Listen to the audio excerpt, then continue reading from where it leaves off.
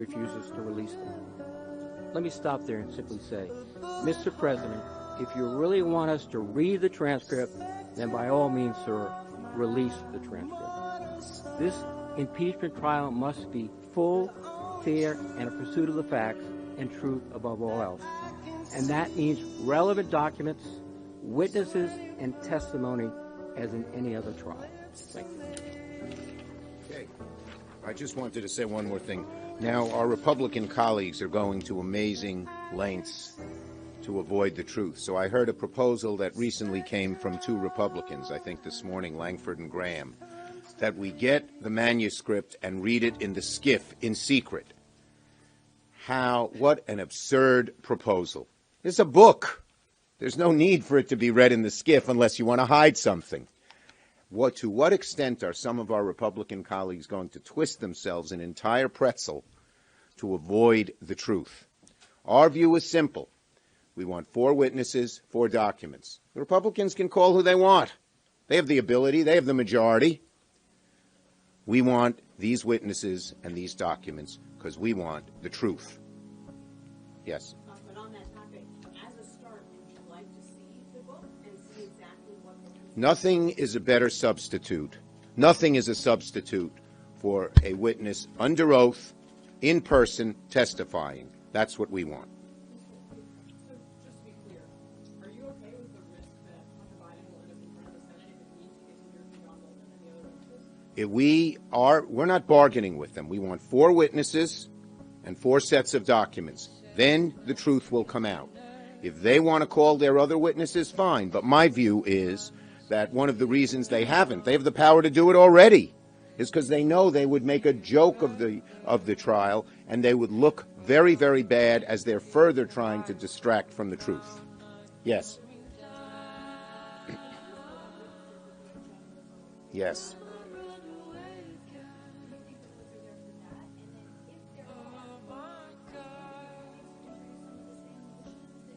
Okay. Well, first, I think we are in better shape today than we've been. We started out 4 weeks ago. I sent a letter to all of my colleagues, to Mitch McConnell, copied all my colleagues, saying we want these 4 witnesses and these 4 documents. Why did we do that?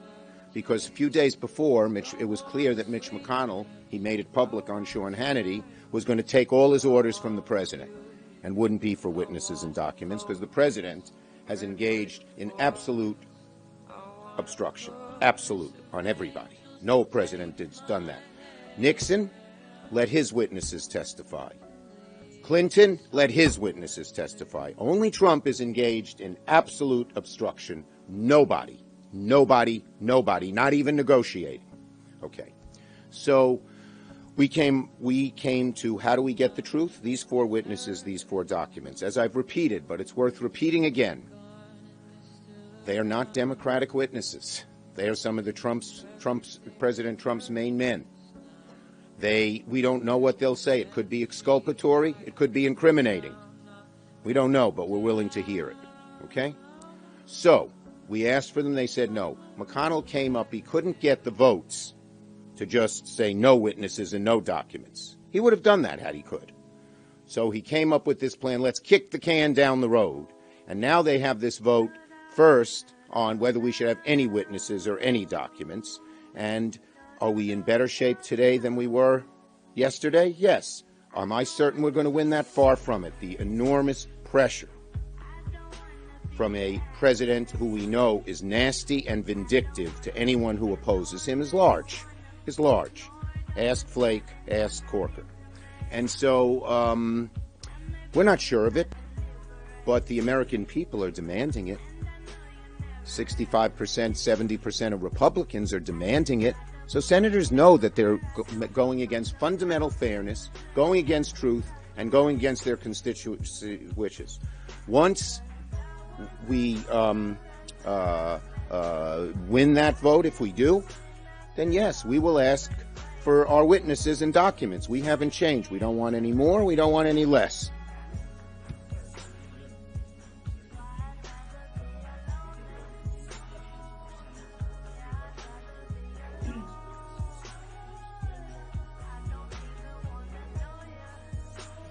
We don't know, and that's not our goal. Our goal is to get the truth, plain and simple. Taylor.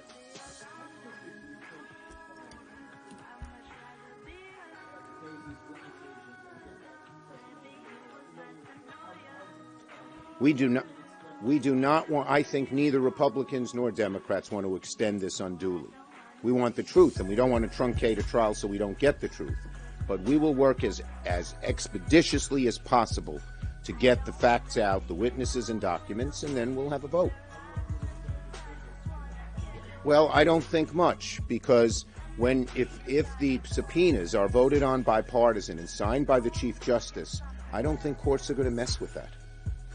And everyone knows that Trump's claims in terms of executive privilege, which he's never really issued, in terms of immunity, are so absolute that they're almost meaningless. He wants the president to be above reach. Okay, we'll go to this side. Yes.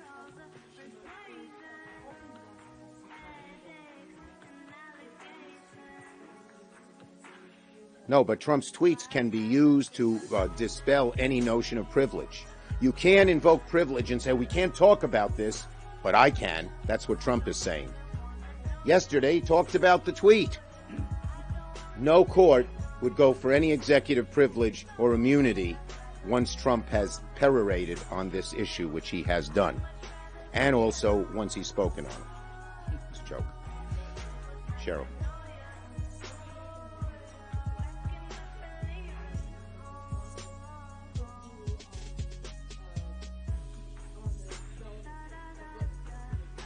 Yes.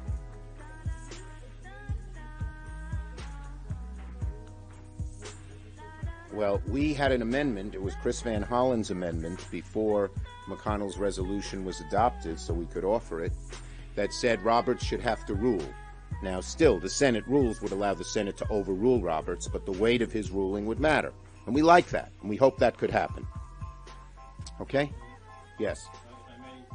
No, you may not. Yes.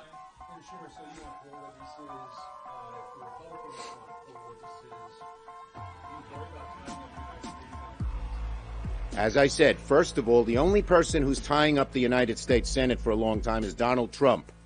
All he has to do is do what Nixon did and what Clinton did and let the witnesses testify, and it'll happen very, very quickly. And even if he tries to tie it up, my belief is, as I said, subpoenas with the Chief Justice's signature on them with bipartisan support would get right through the courts. And what Trump has done on the Bolton testimony is undone any claim of immunity or executive privilege. Last one. Yes, didn't they?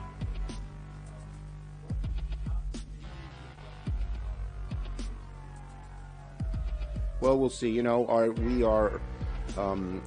members have lots of questions. We're not censuring anybody. We're going to try to make sure there's not duplicate questions, and we're going to make sure that they're done in some decent order. But I'm sure some of the questions will be in that direction. Thank you, everybody.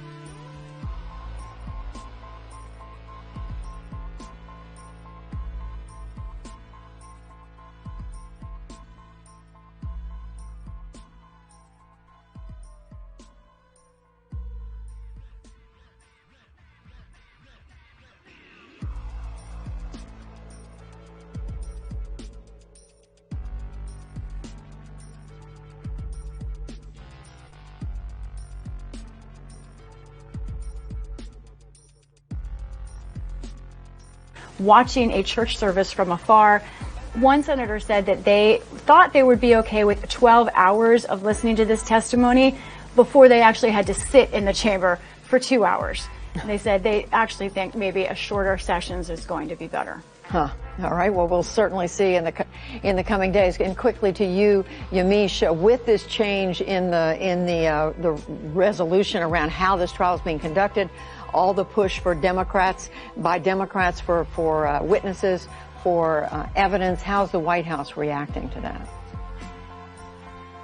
Well, Democratic aides are casting this as a major concession by the White House because they're so connected and working so closely with Republicans and Mitch McConnell. This idea now that there's going to be automatic evidence taken from the House process and put into the Senate trial means that a lot of the things that the White House has been saying is unfair and was not part of due process thought is all now going to be given as evidence to the Senate. And the other thing to note, as Lisa said, John Bolton is really figuring out to be a very key person here. And there are reports that the White House is making plans in case John Bolton does plan to testify or does get to testify. He said that he would testify if subpoenaed by the Senate, and that would mean that the White House might push for John Bolton to testify behind closed doors, but it might also mean that the White House is, of course, going to continue to try to block witnesses and possibly try to block John Bolton in another way. But this is a big deal and a big change on the White House's side. Separately, Yamiche, we did hear today from the president's legal counsel and from the deputy legal counsel. We heard from his personal attorney. What are we learning from that about the strategy that the president wants to put forward here? What we learned today is that the White House legal strategy is going to be really elongating the same defense that President Trump has been putting up on social media and in interviews, and that is that this was all a perfect call, that he did nothing wrong, that this is really all about Democrats wanting to both undo the 2016 election, but also wanting to make sure that he doesn't get reelected in 2020. There was also really interesting to see Pat Cipollone, the lead White House attorney, up there talking on the Senate floor because House Democrats are pushing for him to recuse himself. They say he's in fact a fact witness and he shouldn't be involved in the actual trial. The White House has been pushing back on that idea, and they've also been pushing now the Representative Adam Schiff, who was the lead Democrat in this trial, that he should actually be recusing himself. Now let's listen to what Mark Short, he's the Chief of Staff to Vice President Mike Pence, had to say about the process. We find enormous hypocrisy that in the House Intelligence Committee, you went through a process in which this White House was denied opportunity to have counsel present, denied opportunity to cross-examine witnesses, denied opportunity to bring your own witnesses, all because we were told this has to be rushed to as quickly as possible. And yet what you hear from Democrats today is that Senate Republicans are moving too quickly. So a fact check there, they're saying that the White House didn't have an opportunity to present witnesses or to cross-examine. In fact, the White House decided that they did not want to be part of the Judiciary Committee process of this. So they're really mad about the way that the process went, but they did, in fact, have some input in the House side. Yamiche Alcindor, Lisa Deja.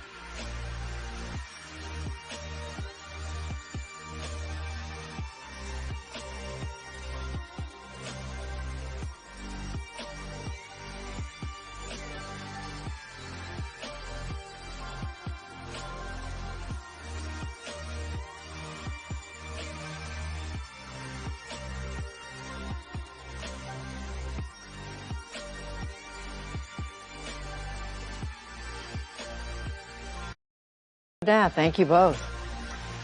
And joining us now is Robert Costa of the Washington Post. He's also host of Washington Week on P. Only moving forward with floating the idea of trading, for example, Hunter Biden for John Bolton's testimony.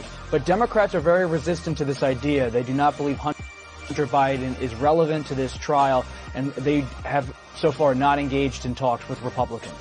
So right now, a standoff is what it sounds like.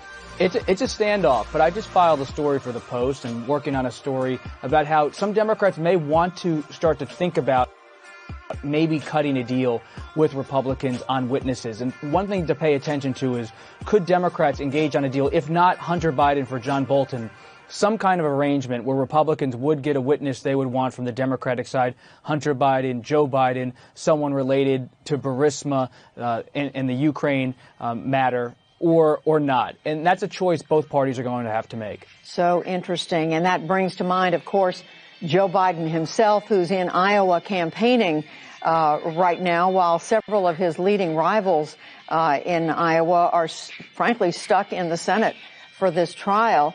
What are you've been talking to the Biden campaign. What are they saying about all this? Talking to the Biden campaign in the last few hours, it's clear that they feel good about their standing in Iowa. While some senators are in Washington, Vice President Biden is in the Hawkeye State talking to voters. They see him moving up in the polls there, even though Senator Sanders and Senator Warren have done pretty well in recent polls like the Des Moines Register poll. They're not paying too much attention to this witness discussion. They don't think Republicans are negotiating in good faith. And so until this becomes a real possibility of a Biden family member testifying, they're not going to engage with it in any serious way. All right, Robert Costa reporting for us, and right now from the Washington Post. Robert, thank you. Thank you. The prosecution has begun. Impeachment managers from the United States House of Representatives opened their presentation before the U.S. Senate today. They have 3 days to make their arguments for why President Trump should be removed from office. Nick Schifrin begins our coverage of this day of the trial. The Senate will now hear you. In the Senate chamber, the founders described as dignified and independent, Democrats laid out their case to convict and throw President Trump out of office. Lead House Manager Adam Schiff. He abused his office and the public trust by using his power for personal gain, by seeking illicit foreign assistance in his reelection and covering it up. Democrats accuse President Trump of abusing his power by pressuring Ukraine to announce investigations into the 2016 election and Democratic presidential candidate Joe Biden, by withholding $400 million in military aid the Ukraine needs in its conflict with Russia. House Manager Jerry Nadler. This effort threatened the security of Ukraine in its military struggle with Russia and compromised our own national security interests. And Democrats accuse President Trump of obstructing Congress by refusing to hand over documents and blocking senior officials from testifying. In obstructing the investigation into his own wrongdoing, the president has shown that he believes that he's above the law and scornful of constraint.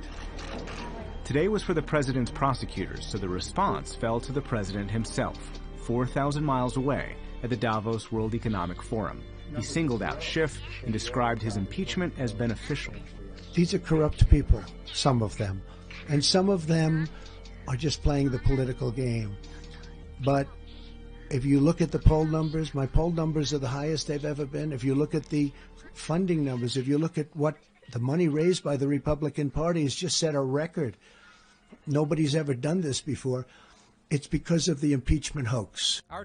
Today, Democrats laid out a narrative highlighting 3 key days. On July 24th, Special Counsel Robert Mueller publicly testified and read his primary conclusion. Second, the investigation did not establish that members of the Trump campaign conspired with the Russian government in its election interference activities. The next day, July 25th, President Trump called Ukrainian President Volodymyr Zelensky. Schiff quoted President Trump asking Ukraine to launch investigations. President Trump said, "I would like you to do us a favor, though, because our country has been through a lot."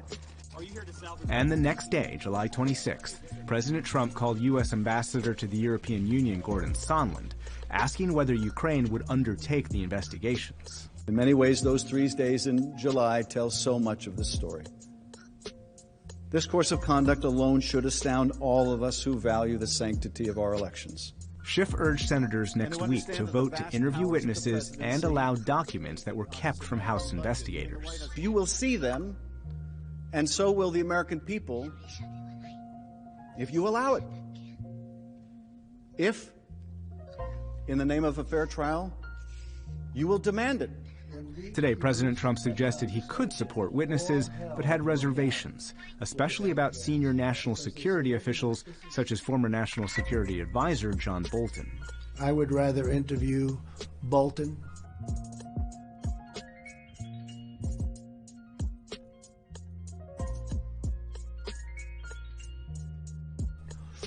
I would rather interview a lot of people. The problem with John is that it's a national security problem. He knows what I think about leaders, what happens if he reveals what I think about a certain leader, and it's not very positive, and then I have to deal on behalf of the country. It's going to be very hard. It's going to make the job very hard. The impeachment trial's jurors are the Senate's 100 members. It would take 2/3 of them, 67, to convict and remove the president from office. They cannot speak inside the trial, so they visited microphones outside. Key ally to President Trump, South Carolina Republican Lindsey Graham. When it comes to replacing this president, 9 months plus from the election, you got an uphill battle with me. Because I really do believe that the best group of people to pick a president are the voters, not a bunch of partisan politicians. Senators decided to restrict the camera angles, but artist Bill Hennessy sketched scenes of the chamber turned courtroom and lawmakers turned jurors, a senator catching a few winks, Chief Justice John Roberts, one of the few participants allowed a computer screen, and a spittoon, whose lack of use is more bipartisan than the trial. I send an amendment to the desk. Yesterday, beginning in the early afternoon, until almost 2 a.m. I send an amendment to the desk to subpoena certain documents. 11 times, Senate Minority Leader Chuck Schumer tried to amend the trial rules set by Majority Leader Mitch McConnell. I send an amendment to the desk to issue a subpoena to John Robert Bolton, and I ask that it be read. Each one. The amendment is tabled. Rejected on a party line vote. The amendment is tabled. Only one Republican, Susan Collins of Maine, sided with Democrats once and voted to lengthen the time both sides had to file motions. But that amendment also failed. If there's one thing we learned from the series of votes on the Senate floor, it's that Leader McConnell and Senate Republicans don't want a fair trial that considers all the evidence. The day began again with Chaplain Barry Black reading a prayer that appealed to civility. Help them remember that patriots reside on both sides of the aisle, that words have consequences, and that how something is said can be as important as what is said. Democrats are expected to continue their case for 2 more days, after which President Trump's lawyers can take up to 3 days for their case. For the PBS NewsHour, I'm Nick Schifrin. And now to our White House correspondent, Yamiche Alcindor, and to congressional correspondent Lisa Desjardins. She, again, was in the Senate chamber today. Hello to both of you. So, Lisa, you had a chance to look at the senators. It's an angle we can't see watching from the studio, watching a television screen. How are they taking all this in? Long night last night, big day today. How much are they paying attention? Well, for the first 2 hours today, Judy, they did seem to be paying very careful attention, with the exception of just a handful of senators. Most of them were very serious, and you could feel a sense of gravity in the room about the articles of impeachment that wasn't there yesterday for much of the process debate. That was the first 2 hours. But, Judy, I think you can tell many of these senators are going on just a few hours of sleep. Probably not for the only time during this trial. And after a few hours, you could tell that the attention levels were dissipating. And you could also tell that senators themselves were leaving the chamber in larger numbers. At different times, our team took various counts, and roughly between a fifth and a fourth of the Senate was absent for much of today at different people, different times. Many times they're going into kind of the antechamber or cloakrooms nearby. They can do that for sort of a quick personal break, but some of these senators are taking longer. Notably, Senator Bernie Sanders has been walking off and on the floor quite a lot, Senator Rand Paul as well, but they're not the only ones. And to a point in this, Jason Crow, one of the House managers, was trying to get the attention of the Senate, and at one point stopped his presentation and said to Senate Leader McConnell, Mr. Leader, let's take a 15-minute break. I see members are moving around in the chamber. Maybe we should take a break. Really talking about the fact that they weren't paying as close attention. McConnell responded he wanted to take a break at a later time. But it is something notable here on day 2. We noticed that late in this afternoon. So, Yamiche, we heard a little of the president's comments about this impeachment trial today. What more are you picking up from the White House, from the people around the president, about how they see this? Well, despite being thousands of miles away and traveling from Switzerland to Washington, D.C. tonight, the president was paying very close attention to this historic impeachment trial, this historic Senate trial on whether or not he should be removed from office. And the day started with a surprise press conference where the president really lashed out at Democrats. He was calling Representative Nadler a sleazebag, saying Representative Schiff is a con job. And he was also saying that he wants to see a longer impeachment trial with witnesses, including John Bolton. As Nick noted, it is important to note, though, that the president has also been saying that all of this is really national security issues and that the president is really still the target of an unfair trial. all of that was echoed by the president's own legal team. Here's what Jay Sekulow, a lawyer on the president's impeachment team, had to say about how today went. He seems like he's got a lot of information, so proceed with your case.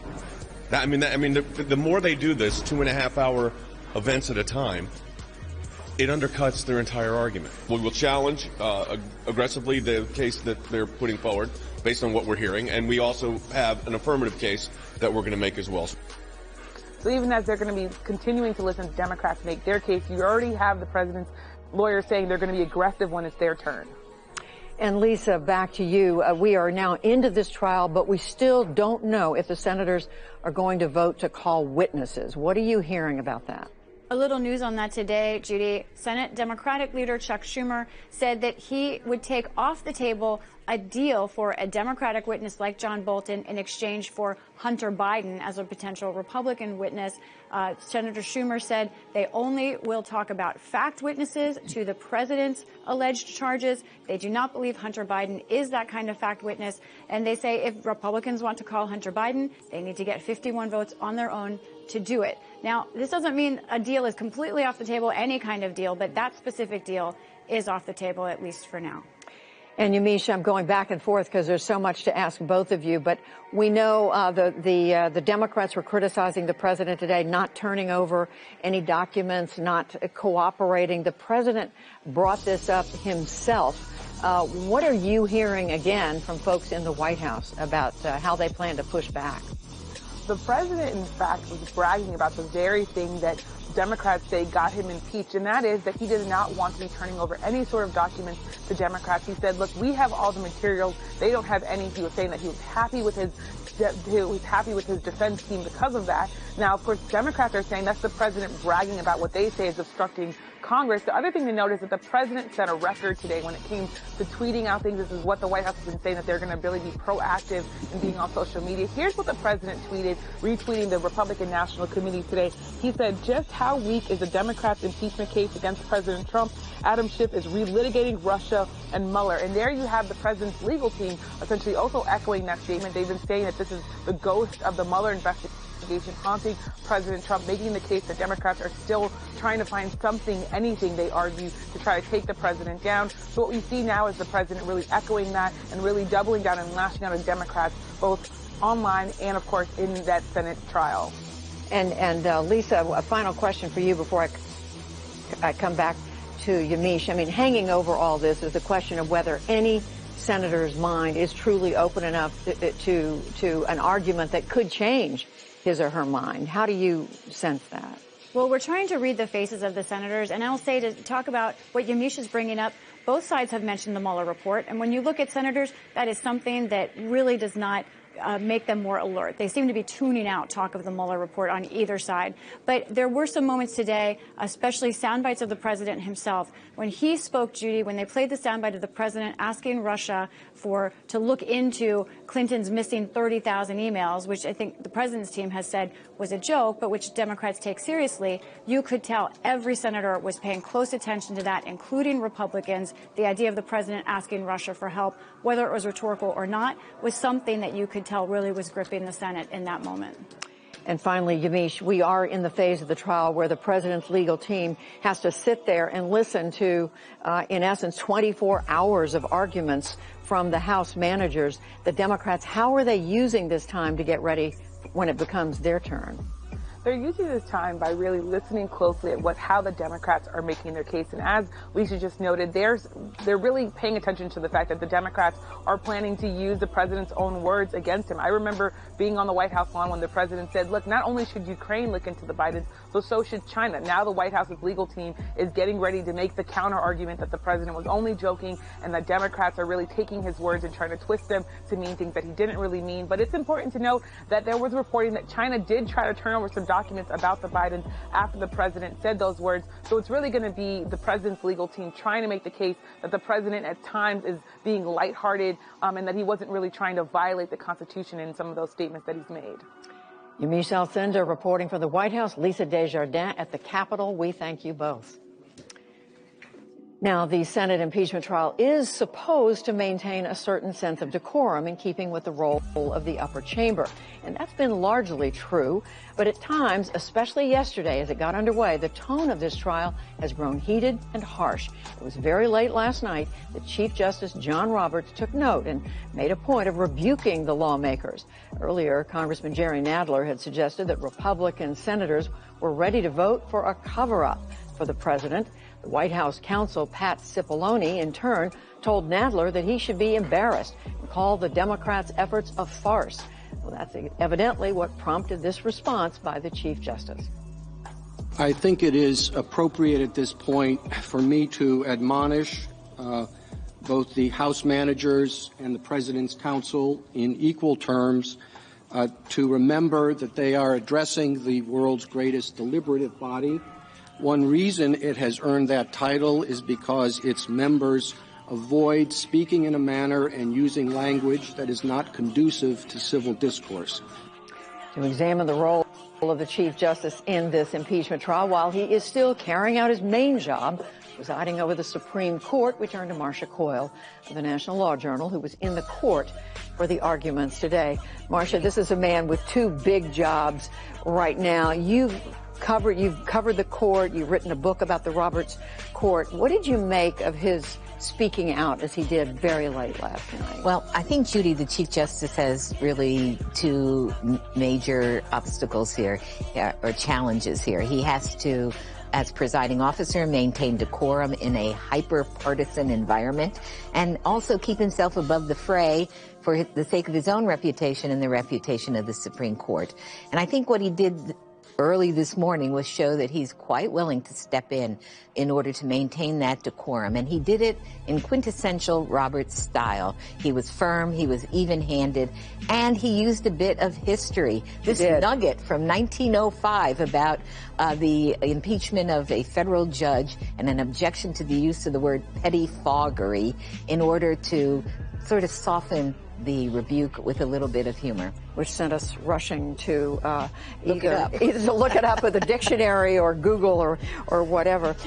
So it's something that matters to him. Oh, very much so. And it's also how he runs the court during oral arguments. I mean, he doesn't have a heavy hand. You don't hear banging of the gavel. But just with a short word, a little bit of humor, he can rein in what is a very hot bench. So meanwhile, it was reported that he did show up on time this morning for this important, all the cases are important, but a noteworthy case that the justices heard this morning having to do essentially with public monies being used in religious schools. Tell us a little bit about this case. Well, this is very much like many of the cases that seem to be coming to the court recently, where you have religious organization, or in this case, parents of students who attend religious schools that are challenging state-funded programs that exclude them. The Montana Supreme Court here invalidated a state tax credit program that ultimately resulted in scholarships to private schools, including religious schools. But the Montana Supreme Court said we have what's called a no-aid clause, an amendment in our Constitution that says no public funds for any kind of religious purpose. So it struck down the entire program. The parents here challenged that. They claim Montana Supreme Court got it wrong, that this actually what the court did violated their free exercise rights under the federal Constitution. It seemed as though several justices, Ginsburg, Sotomayor, Kagan, felt, where is the harm here now? The program is gone. All the parents are in the same boat. Whereas Justices Gorsuch, Alito also seemed to feel, well, as the parents argued, that you can't use the remedy of striking down the program if the reason for that remedy was religious discrimination. But very quickly, you were telling us earlier, it looks as if the Chief Justice's questions seem to be looking for a more narrow decision. He does look for play in the joints, so to speak, and he only really asked, I think, 2 or 3 questions during the entire argument. I think he may well be decisive. The court appeared very closely divided on this one. So 2 very important roles at the same time. Yes. Thank you very much, Marcia Coyle. My pleasure. and we lead with the impeachment trial. Nick Schifrin begins with a look at the case for limits to the actions of the commander-in-chief. The journal of proceedings of the trial are approved today. On their second day of opening arguments, Democrats turned prosecutors laid out their definition of abuse of power. President Trump has placed his own personal political interests first. He has placed them above our national security, above our free and fair elections, and above our system of checks and balances. This conduct is not America first. It is Donald Trump first. House Manager Jerry Nadler and a half dozen other Democratic congressmen focused today on their first article of impeachment, that President Trump used the powers of the presidency in a matter that compromised the national security of the United States. He betrayed vital national interests, specifically our national security, by withholding diplomatic support and military aid from Ukraine, even as it faced armed Russian aggression. Ukraine is the only country in Europe at war. For 5 years, Ukrainian soldiers have faced off against Russian-backed separatists and, at times, Russian soldiers. They've fought in farmland and in muddy trenches that are throwbacks to wars 100 years ago. Most of Ukraine's weapons are American or U.S. funded, and its soldiers are U.S. trained. Democrats today accuse President Trump of, quote, extorting Ukraine's government by withholding nearly $400 million in military aid and a White House meeting with Ukrainian President Volodymyr Zelensky to pressure Ukraine to announce investigations into the 2016 election and Democratic presidential candidate Joe Biden. Since 1789, no president has abused his power in this way. Let me say that again. No president has ever used his office to compel a foreign nation to help him cheat in our elections. President Trump has largely responded on Twitter, tweeting more than 150 times in the last day and a half. Today, he criticized the House investigation and called the process, quote, the most unfair and corrupt hearing in congressional history. In a clear fashion. That was echoed today by New York Republican and a member of the president's impeachment team, Elise Stefanik. Today, this is the weakest case for impeachment in the history of this country.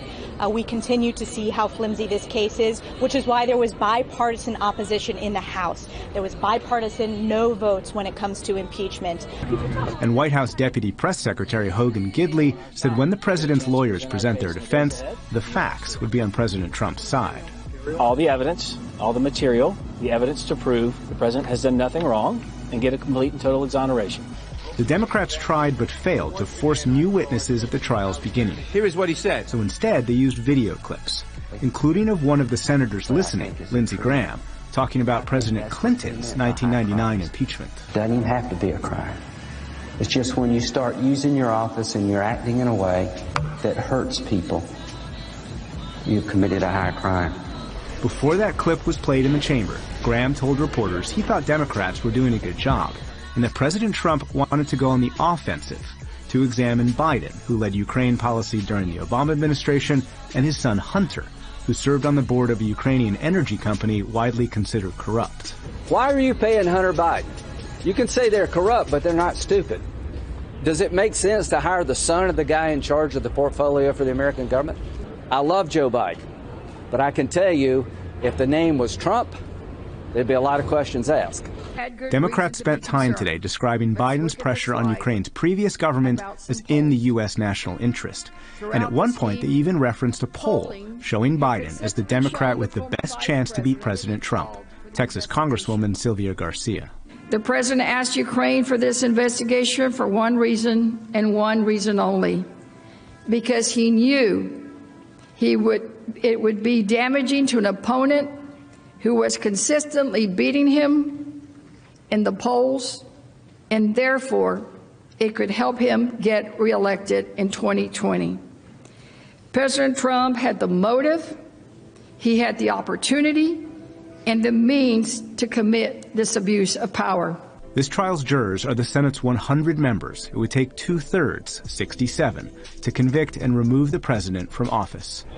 They can't speak in the trial, Outside, Delaware's Chris Coons urged senators next week to vote to hear from witnesses. We ought to be able to hear from the folks who know what actually happened. And President Clinton, even President Nixon, directed his closest advisors to cooperate in hopes of clearing themselves. If the president isn't willing to make a defense, he can't claim to have been exonerated. Abuse, betrayal, corruption. Democrats admitted today they were repeating many of the arguments they'd already made, but they said the threat posed by President Trump required it. He poses a continuing threat to our nation, to the integrity of our elections, to our democratic order. He must not remain in power one moment longer. Democrats are expected to conclude their opening arguments tomorrow. President Trump's defense team begins up to 3 days of arguments on Saturday. For the PBS NewsHour, I'm Nick Schifrin. And we are joined again by Yamiche Alcindor at the White House and Lisa Desjardins at the Capitol. Hello to both of you. Another long day. Lisa, you look at the Democrat. This is their second full day of arguments. From afar, it might look like there's a lot of material to absorb, but they had a specific strategy today.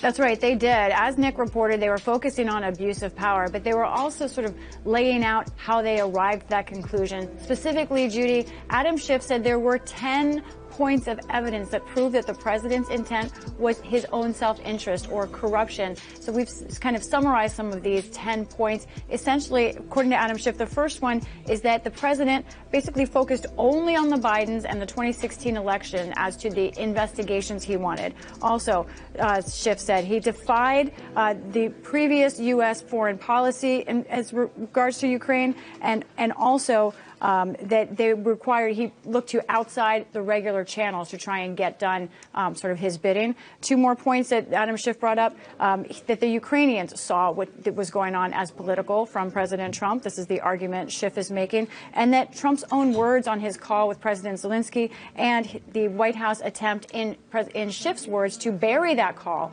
all prove that the president had corrupt intent. What the Democrats are doing today, Judy, is to try and lay out an organized case in front of the Senate. They're also using a little bit of humor we haven't seen so far. In fact, just a few minutes ago, Representative Hakeem Jeffries made a joke about Derek Jeter and how he didn't get one vote in the Hall of Fame bid and how that was an outrage. So they're trying to, I guess, bring more humanity and more organization into their arguments today. And that raises the point, Yamiche, that what we're now in is the phase when the House managers bring their case, their arguments before the Senate. They have 24 hours, 3 days to do that. But this is a time when the president's legal team basically has to sit and listen. How are they using this time? What are you able to learn about how they're beginning to build their case? The president's legal team is building their case by paying very close attention to the way that the Democrats are explaining their case. The Democrats have been very visual, playing videos, putting up signs of polls. And the president's lawyer, Jay Sekulow, a personal lawyer who's now on his impeachment team, said that there are going to be multiple schools of thoughts in the way that the Republicans lay out their case to defend the president, but that essentially they're going to come down to the fact that the president did not violate the Constitution. It's also important to note that Jay Sekulow, again, the president's personal attorney, said that they're going to be aggressive in the way that they defend the president. And that makes sense because Democrats today were aggressive in the way that they were bringing their case against the president. At one point, Representative Jerry Nadler said that the Constitution is not a suicide pact and that America does not have to be stuck with President Trump. So those are the kind of words that President Trump's legal team are really honing in on as they get ready to have to make their case. They're saying that it might not be as visual as the Democrats, but they're also going to be having to defend the president's own words because so much of his words are being played during the Senate trial already. And Lisa, you're in the Senate chamber for so much of these proceedings. You have a chance to look at the senators. How are they taking all this in? Right. Today it was fascinating because so much of the Democrats' argument today was not just about charging President Trump, but about the defense of Vice President Biden and saying that there was nothing to the idea of a possible corruption for Vice President Biden. As the Democrats were pursuing that case, which is something that many Republicans want to see investigated on its own, watching the Republicans, most of them were stone-faced. A few of them were kind of laughing to themselves, smiling in a dismissive sort of rolling their eyes, saying, I can't believe Democrats are making this argument, dismissing it, even some waving their hands like Senator Tom Cotton. Representative Lindsey Graham, who's one of the president's strongest allies, turned his back to the screen as some of the sound bites were being played on this issue. Of course, Joe Biden, he has said is a friend of his, but he wants this investigated. One other note, Judy, Senator Lindsey Graham, as Nick reported, appeared in the Democrats' case. That 1999 soundbite of him, he was not in the chamber when that soundbite was played. I think he actually may have known that was coming if he looked at the packet of material. Hard to say if it was a coincidence or not. He was not there to see his 1999 self say something very different than his 2020 self. 21 years ago. He was in the Senate then, and in the Congress then, and there today. Now, Yamiche, tweeting. The president has been tweeting up a storm. It's been reported he set a record.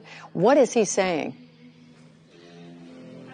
The president has been tweeting out vigorously to his 70 million followers all of his ideas about the Senate impeachment trial. And I want to read two tweets to you. That these are tweets where he was quoting other people. The first is this is a tweet that said, "This is all about undermining the next election." He's talking about the 2020 election.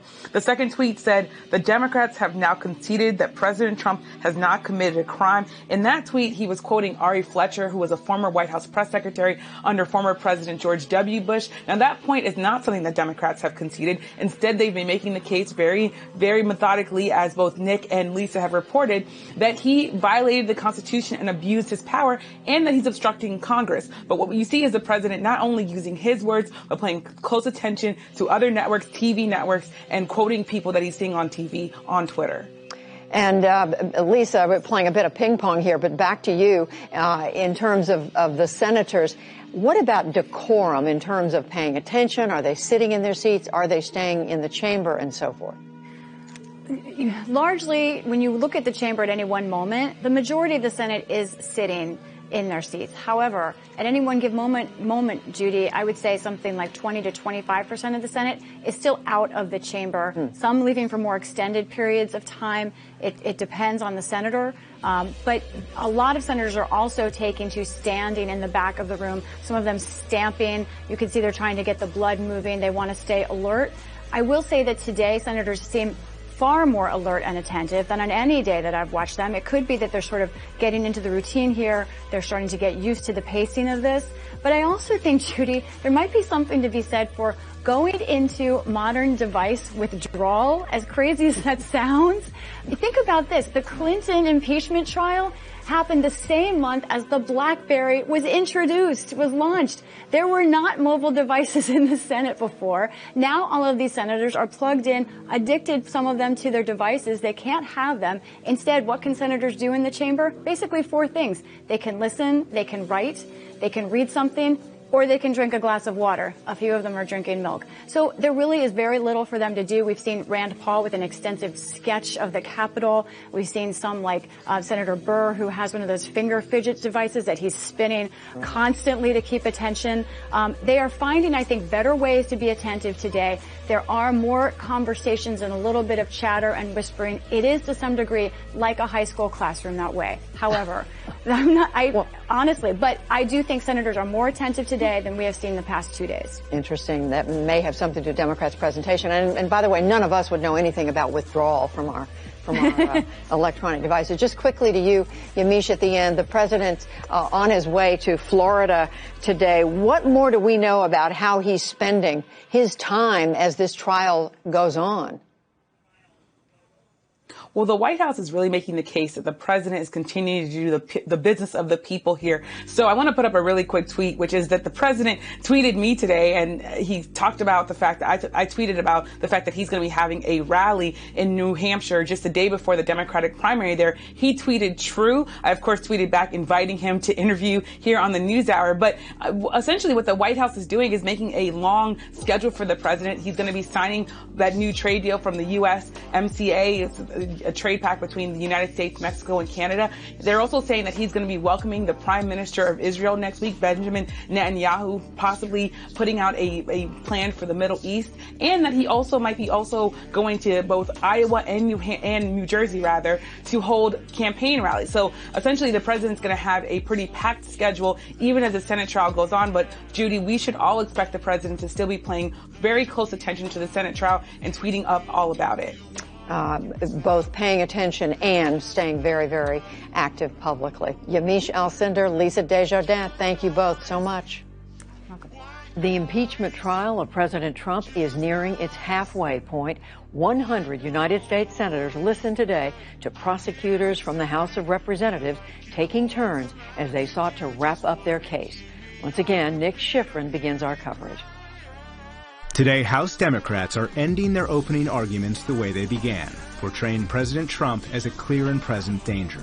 The president's scheme to pressure Ukraine to do his political dirty work harmed our national security, undermined our free and fair elections, and even today, threatens the very foundation of our democracy. Lead House Manager Adam Schiff and a half dozen other Democrats focused today on the second article of impeachment, obstruction of Congress. Quote, in the history of the Republic, no president has ever ordered the complete defiance of an impeachment inquiry or sought to obstruct and impede so comprehensively the ability of the House of Representatives to investigate high crimes and misdemeanors. New York Democrat Hakeem Jeffries. President Trump tried to cheat. He got caught. And then he worked hard to cover it up. They argued that cover-up began on July the 10th, when administration officials told visiting Ukrainian officials that Ukraine would have to investigate the 2016 election and Joe Biden and his son Hunter Biden before getting a coveted White House meeting.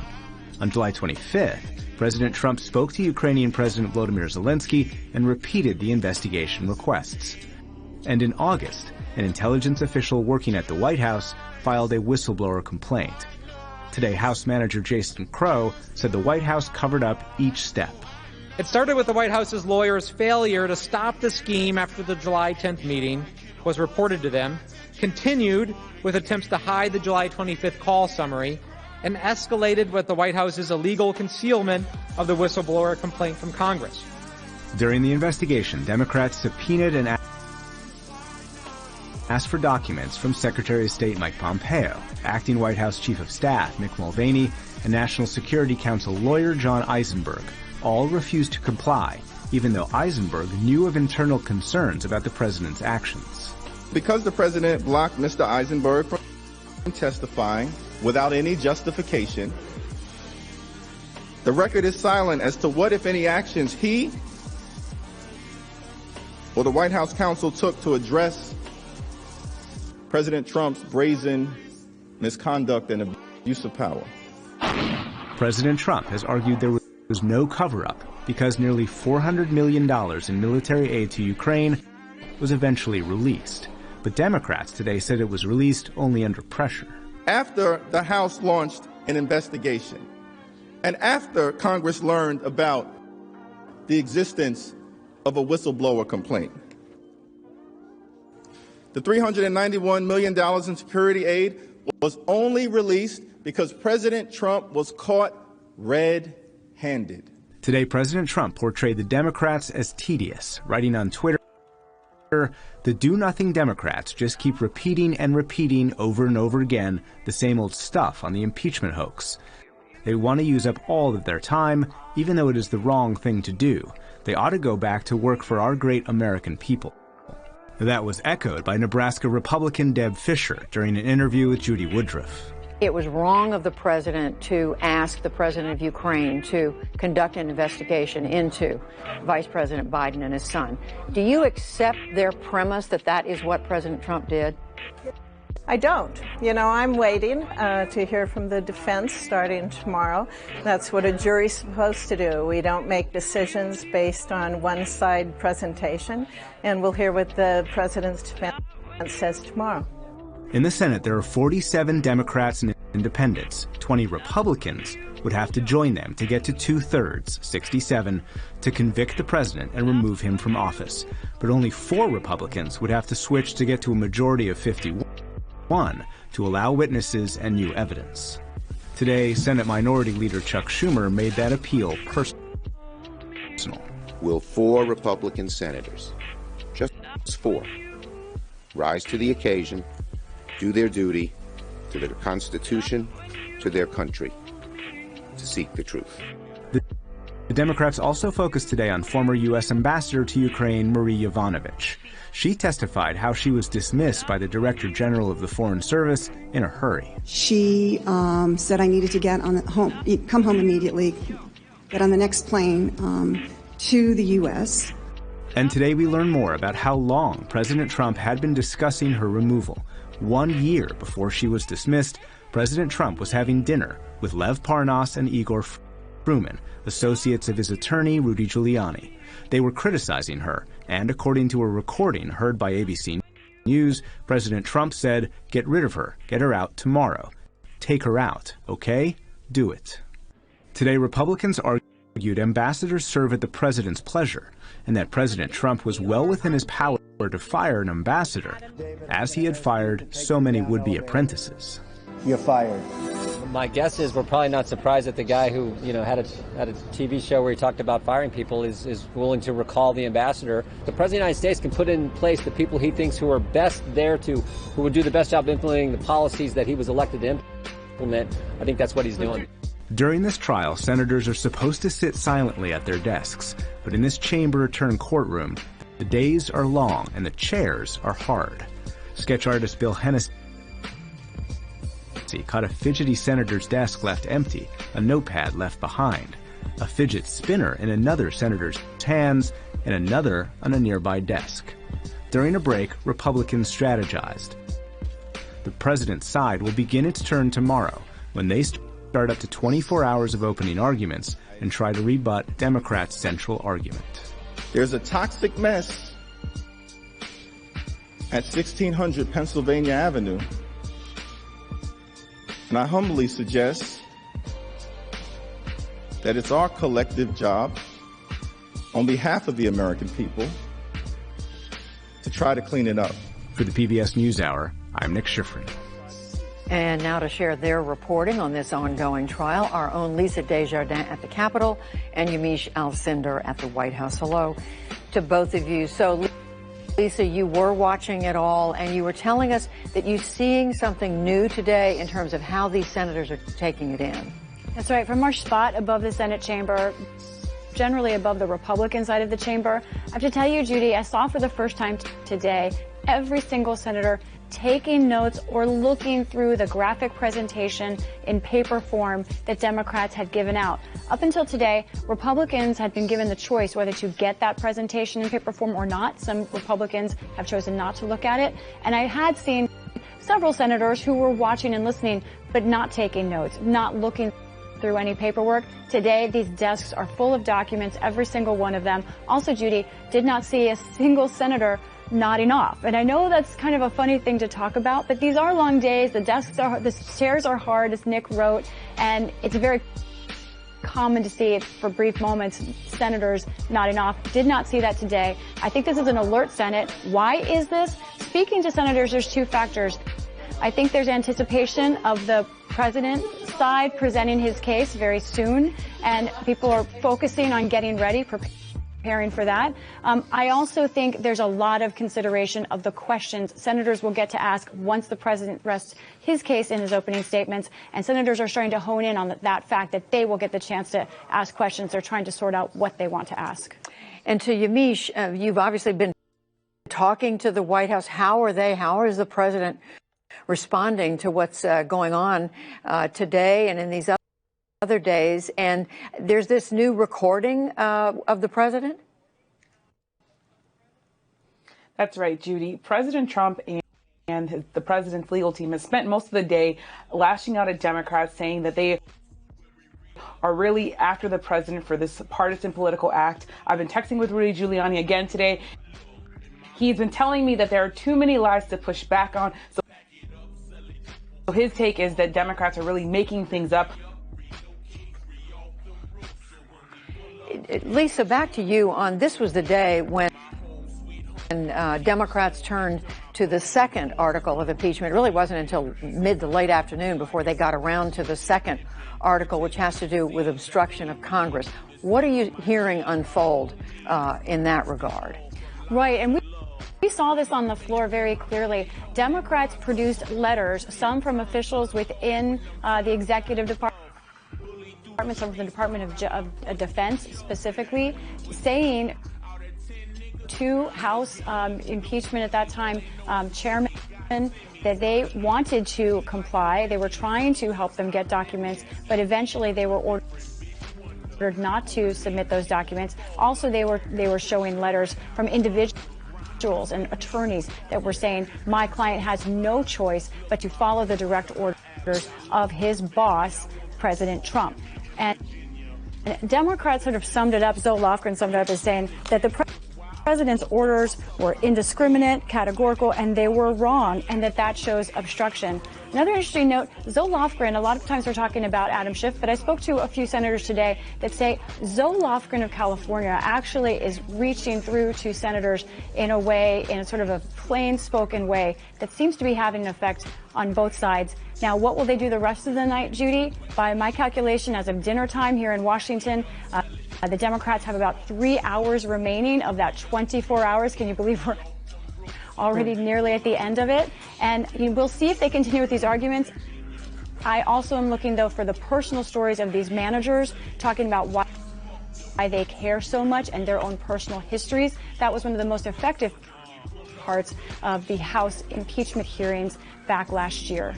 Oh, so interesting, and we'll all be listening for that tonight. And meantime, finally, Yamiche, starting tomorrow, it's the turn of the president's legal team. They're going to have up to 24 hours, up to 3 days. What do we know that we can expect so far?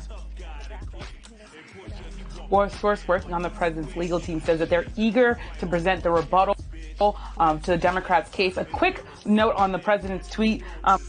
A tweet that the president sent out. He said, my lawyers will be forced to start on Saturday, which is called Death Valley in TV.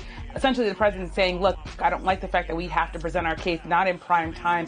That said, the president's lawyers say that they're going to take about 3 hours tomorrow to have what they call a trailer. They say it's a coming attractions trailer, saying that they're going to preview some of their arguments but not make the bulk of their arguments until Monday. And then on Monday, they say that's the main attraction. They're using these words that are kind of Hollywood words, and of course the president had a pretty successful TV show, so we can see where that language is coming from. But they're saying that they're going to start rebutting the Democrats, and that they're going to talk a lot about Joe Biden and make the case that the president was right to bring up Joe Biden. And they say that they're doing that in part because Democrats spent a lot of time defending Joe Biden. So we're going to see a pretty large and expansive defense by the president's attorneys. Well, we are going to remain on the edge of our seat. This has been a day for President Trump's side to present his arguments in his Senate impeachment trial. His lawyers are fighting the charges against him, while supporters try to fend off damaging new disclosures. Amna Nawaz reports on a dramatic turn of events that began over the weekend and continue today. President Trump's defense began on Saturday, day 5 of his impeachment trial. Thank you for your time, and thank you for your attention. With a brief 2-hour presentation in which his lawyers outline their strategy, attacking House Democrats working to impeach Mr. Trump, and disputing a central premise of the impeachment effort, that the president abused his power by withholding U.S. military aid to Ukraine while pressing the Ukrainian president to announce an investigation into a possible political rival, Joe Biden and his son Hunter. The president, they argue, did nothing wrong. The transcript shows that the president did not condition either security assistance or a meeting on anything. The paused security assistance funds aren't even mentioned on the call. But before the president's lawyers could detail their defense, new revelations from former National Security Advisor John Bolton's upcoming book. Breaking news late Sunday night appeared to undermine their arguments. The New York Times reporting that leaked excerpts from the upcoming memoir of former National Security Advisor John Bolton included Bolton's recollection that President Trump told him in August, quote, that he wanted to continue freezing $391 million in security assistance to Ukraine until officials there helped with the investigations into Democrats, including the Bidens. The NewsHour has not independently reviewed the manuscript. Mr. Trump, whose administration was given a copy of Bolton's book for security review in December, was asked about the reports this morning. Well, I haven't seen a manuscript, but I can tell you nothing was ever said to John Bolton, but I have not seen a manuscript. I guess he's writing a book. I have not seen it. But the reported revelations from Bolton, who left the administration in September, further fueled Democrats' calls for him to testify in the impeachment trial. Bolton has previously said he would testify publicly if the Senate subpoenas him, and said today that offer still stands. We have a witness with first-hand evidence of the president's actions for which he is on trial. He is ready and willing to testify. How can Senate Republicans not vote to call that witness and request his documents? At least 4 Republican senators would need to vote with Democrats to subpoena Bolton and other witnesses. Today, 2 indicated they might. Susan Collins of Maine said reports on Bolton's book, quote, strengthen the case for witnesses. Mitt Romney of Utah agreed. I think at this stage it's pretty fair to say that John Bolton has a relevant testimony to provide to those of us who are sitting in impartial justice. Even one of President Trump's staunchest allies, Senator Lindsey Graham, left the door open but urged patience. I don't know what's in the manuscript. I haven't seen it. If there's need to add to the record, my view is that we're going to completely add to the record, not selectively. And I'll let you know Thursday if I think there's a need. All this, hear ye, hear ye, hear ye, before today's impeachment proceedings even began. Jay Sekulow, one of the president's attorneys, quickly resumed his defense. It is our position as the President's counsel that the President was at all time acting under his constitutional authority, under his legal authority, in our national interest, and pursuant to his oath of office. Using simple, bold-faced graphics, Trump's team pushed back on the first article of impeachment, abuse of power. In their words, there was no quid pro quo. The House manager's record reflects that anyone who spoke with the president said that the president made clear that there was no linkage. The security assistance flowed and the presidential meeting took place, all without any announcement of investigations. And the president, his team argued, has been denied due process, part of what they describe as a rushed partisan process to undo the 2016 election and influence the upcoming 2020 election. On the second article of impeachment, attorney Patrick Philbin argued that the president has not obstructed Congress. When the rights the president is asserting are based on executive privilege, when they are constitutionally grounded principles that are essential for the separation of powers and for protecting the institution of the office of the presidency, to call that obstruction is to turn the Constitution on its head. Like war, impeachment is hell. Or at least presidential impeachment is hell. The proceedings included a familiar face in America's modern impeachments. Ken Starr, who led the 1999 probe into President Clinton and pushed for his impeachment, today argued that the process has devolved into a political tool. We're living in what I think can aptly be described as the age of impeachment. How did we get here? With presidential impeachment invoked frequently in its inherently destabilizing as well as acrimonious way. And a familiar name from the Democrats' opening arguments, Rudy Giuliani, was also mentioned by attorney Jane Raskin, who defended his role in the Ukraine affair. It's a central and essential premise of the House manager's case that Mr. Giuliani's motive in investigating Ukrainian corruption and interference in the 2016 election was an entirely political one, undertaken at the president's direction. But what evidence have the managers actually offered you to support that proposition? On close inspection, it turns out Virtually none. The one name not mentioned by a single one of President Trump's impeachment attorneys was the one dominating headlines outside of this room for much of the day: John Bolton. For the PBS NewsHour, I'm Amna Nawaz. And Lisa Desjardins and Yamiche Alcindor are with us, both from the Capitol. Hello to both of you. So, Yamiche, this news that we've just heard Amna reporting about the Bolton manuscript from the book released over the weekend, how much of an effect does that seem to be having on this trial, and how is it affecting the White House argument that there doesn't need to be any more witnesses?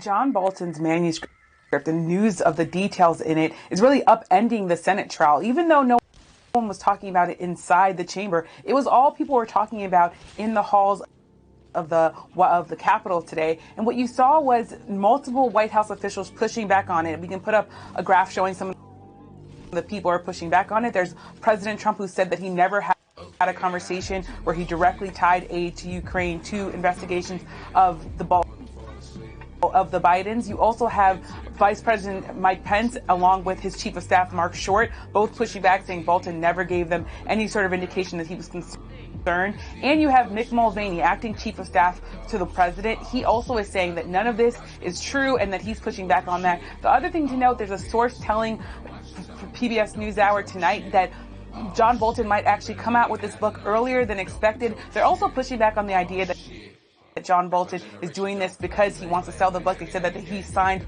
his contract to have this book before this Ukraine controversy happened. The other big thing, the White House was set out to try to block witnesses and try to block any more testimony from happening. That has made it a lot harder. There are a lot of allies and Republicans now saying that they want to hear from John Bolton. And Yamiche, I guess the president's legal team is about 7 hours into their arguments now. They are still speaking at this hour before the Senate. Tell us what your sense of the heart of the argument is that they're making. We've seen a number of lawyers for the president come up and really take this subject by subject. Some of them are talking about history. Some of them are talking about the process. But here are some of the main arguments that they're making. We can put up a graph for people. There's one that there's no testimony directly tying President Trump to the military aid, to actually saying that he needed to have those investigations to give the aid to Ukraine. They're also saying there was no quid pro quo and that the process is unfair and too political. Now, we should add that they left out the fact that, of course, that if John Bolton testifies, they might actually have someone who's directly tying the president to this aid. The other thing to mention is that now there's a new argument that a president's lawyer just made, which is that President Obama did something similar, that he was also tying his aid and his missile defenses with Russia to the 2012 election. So what we're seeing is a number of arguments that the White House is making, but those were the main ones.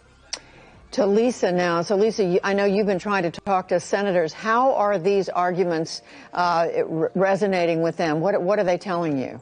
I think in speaking to a handful of senators' offices, we've kind of been speaking to them more than senators themselves, because senators have been just like us in the trial for most of the days. There was actually something achieved by the president today, especially speaking to Republican offices. There was a sense that this argument that this is a trial that is going beyond precedent, that if senators follow the House impeachment manager's lead, that they will be breaking with history and doing so in a way that might be questioned by the Constitution. That is an argument that seemed to be hitting some fertile ground with Republicans of all stripes. And it was a smart one when you think about the audience. This is an audience generally of institutionalists. They believe in Congress and the Senate. Also, many of these folks have a strong sense of history. So arguing that history is something that is being broken by the House impeachment case is something that I think really was starting to resonate. On the other hand, Judy, in observing the Senate and also talking to some of these offices, it's possible that the president's team went too far in saying that Speaker Pelosi herself was breaking with the Constitution, kind of questioning whether she is even in line with the Constitution. That's something that literally was raising some eyebrows as we watched the floor. All of the talk about Biden and Burisma, I saw a lot of attention paid during those presentations, but very few notes being taken. I don't know if that's something that senators are bringing into account fully in terms of the John Bolton witness discussion. And I think that we saw senators all paying very close attention today. Very little movement in the chamber relative to the past days. That's something, of course, the president's team was hoping to see. So, Lisa, what about this debate, this discussion over witnesses? What are you picking up? And are there senators you're able to identify who might be prepared to vote for witnesses?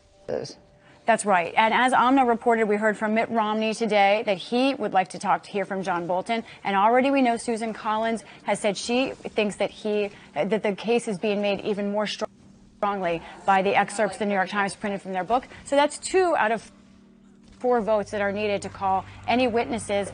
Let's look at a list that I've composed of other possible Republicans. This is from talking to senators and Republican staffers across the Hill. Senators Alexander, Braun, Gardner, Kennedy, Lee, Moran, Murkowski, Portman, Roberts, and Toomey. These senators have a few things in common. Some of them are moderate, some not. Many of them are people whose states voted closely for Trump, Trump-Clinton divides. And also something most of these senators have in common, Judy, they've been taking a lot of notes. Senator Pat Toomey of Pennsylvania is someone to watch. We know from reporting, and I have from one source telling me, he is trying to have conversations about witnesses and try and get some kind of deal where Republicans and Democrats each get a witness they can live with. But I want to make sure viewers understand something about the witness discussion. There will be multiple votes on witnesses likely. It looks like there'd be an opening vote. Let's look at a graphic for how this could work. There will be an opening vote on whether to even talk about witnesses in general, no specific witness. And there seems to be growing momentum for that to pass, just the discussion of witnesses, for that to happen. But Judy, after that, there would have to be a vote about specific witnesses. Do you call John Bolton? Do you call Hunter Biden? And Judy, right now, it's not clear there are 51 votes for any specific witnesses. There may be 51 votes for the idea of witnesses in general. So several steps to go, and we are not even at the end of the argument yet. That's right. Lisa Desjardins, Yamiche Alcindor, thank you. And by contributions to your PBS station from viewers like you. Thank you.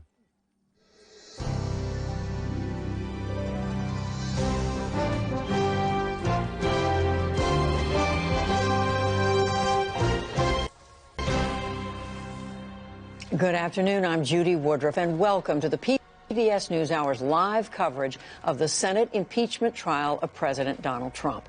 Today is the final day of presentations from lawyers who are representing and defending the president.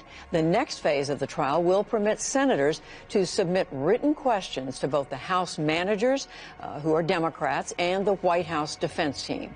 Watching it all, I'm joined by our congressional correspondent, Lisa Desjardins, and by our White House correspondent, Yamiche Alcindor. Both are on Capitol Hill this afternoon for the end of this phase of the trial. We will be seeing, I think, any moment now, live pictures, and here it is, video from the Senate chamber, as we have every day for the last several days since the trial got underway. You see the House managers there in the left forefront. You see on the right forefront the president's legal team. I believe that's Jay Sekulow, other members of the team gathering there.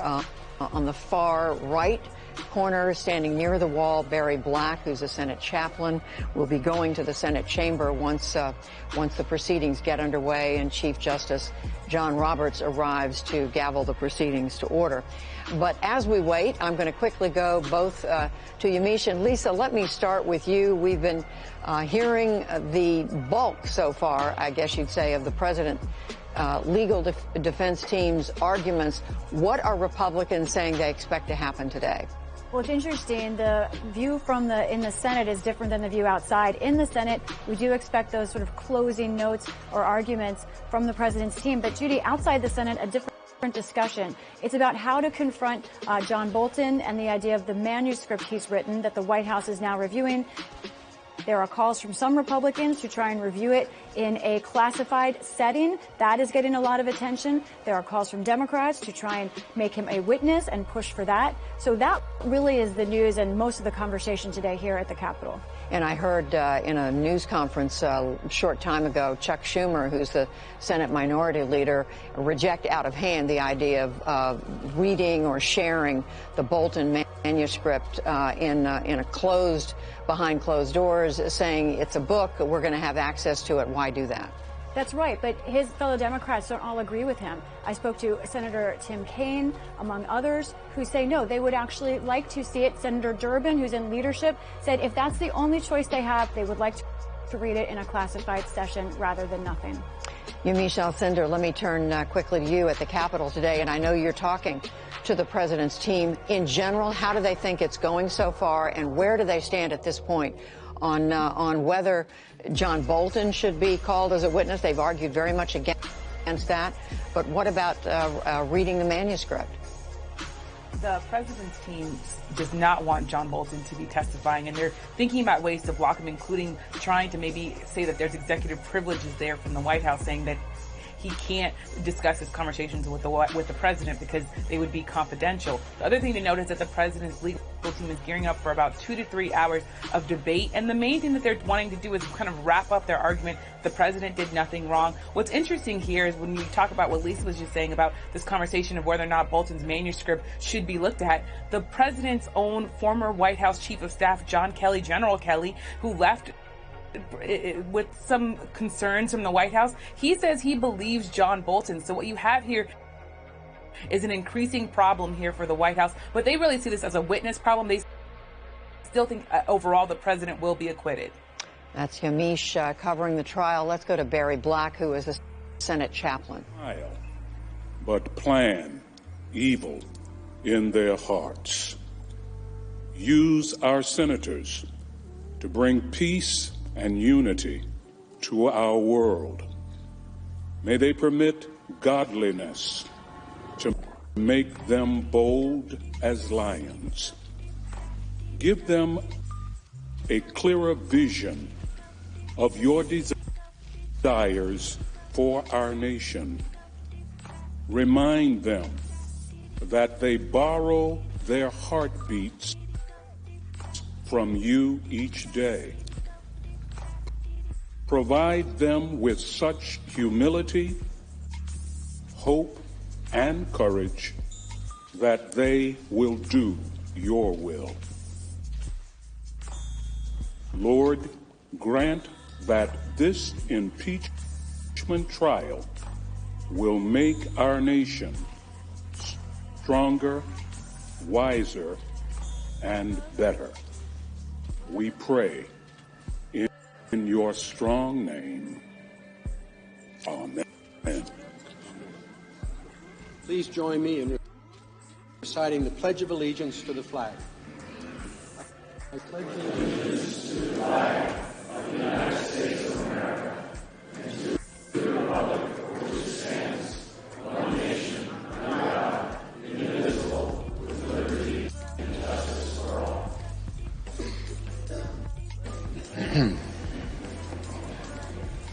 Please be seated. If there is no objection, the journal of proceedings of the trial are approved to date. Without objection, so ordered. The Sergeant-at-Arms will make the proclamation.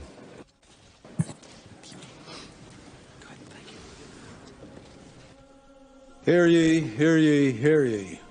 All persons are commanded to keep silent on pain of imprisonment while the Senate of the United States is sitting for the trial of the articles of impeachment exhibited by the House of Representatives against Donald John Trump, President of the United States.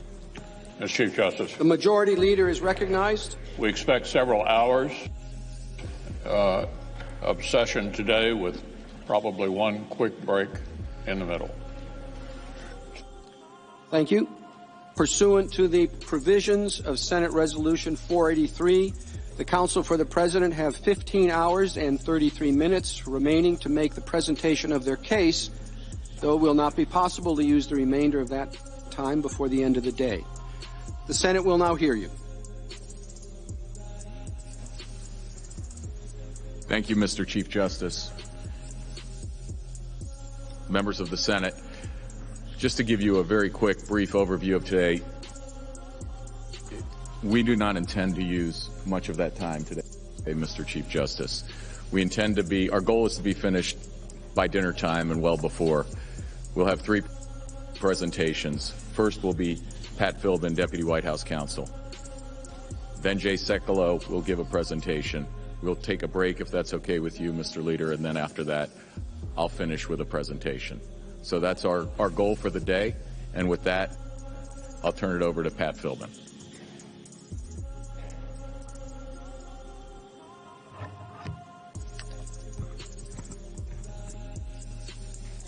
Mr. Chief Justice, members of the Senate, Majority Leader McConnell, Minority Leader Schumer, I'd like to start today by making a couple of observations related to the abuse of power charge in the first article of impeachment. And I wouldn't presume to elaborate on Professor Dershowitz's presentation from yesterday evening, which I thought was complete and compelling, but I wanted to just add a couple of very specific points in support of the exposition of the Constitution and the impeachment clause that he set out.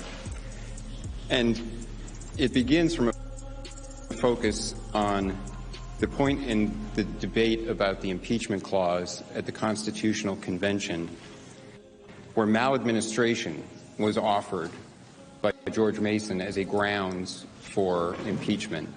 And James Madison responded that that was a bad idea. And he said, "So vague a term will be equivalent to a tenure during the pleasure of the Senate." And that evinced a deep-seated concern that Madison had, and it's part of the whole design of our Constitution, for ways that can lead to exercises of arbitrary power. The Constitution was designed to put limits and checks on all forms of government power. Obviously, one of the great mechanisms for that is the separation of powers, the structural separation of powers in our Constitution. But it also comes from defining and limiting powers and responsibilities, and a concern that vague terms, vague standards are themselves an opportunity for the expansion of power and the exercise of arbitrary power. And we see that throughout the Constitution and in the impeachment clause as well. And this is why, as Gouverneur Morris argued in discussing the impeachment clause, that only few offenses, he said, few offenses ought to be impeachable, and the cases ought to be enumerated and defined. And that's why we see in the debates of the Constitution, there was many terms had been included in earlier drafts when it was narrowed down to treason and bribery, and there was a suggestion to include maladministration, which had been a ground for impeachment in English practice. The framers rejected it because it was too vague. It was too expansive. It would allow for arbitrary exercises of power. And we see throughout the Constitution in terms that relate and fit in with the impeachment clause the same concern. One is in the definition of treason. The framers were very concerned that the English practice of having a vague concept of treason that was malleable and could be changed even after the fact to define new concepts of treason was dangerous. It was one of the things that they wanted to reject from the English system. So they defined in the Constitution very specifically what constituted treason and how it had to be proved. And then that term was incorporated into the impeachment clause. Similarly, in the rejection of maladministration, which had been an impeachable offense in England, the framers rejected that because it was vague. A vague standard, something that's too changeable, that can be redefined, can be malleable after the fact, allows for the arbitrary exercise of power.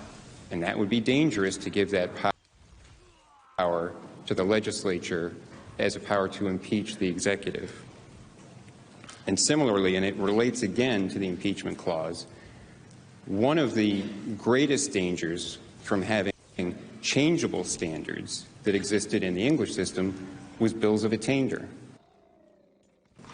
Under a bill of attainder, the Parliament could pass a specific law saying that a specific person had done something unlawful, they were being attainted, even though it wasn't unlawful before that.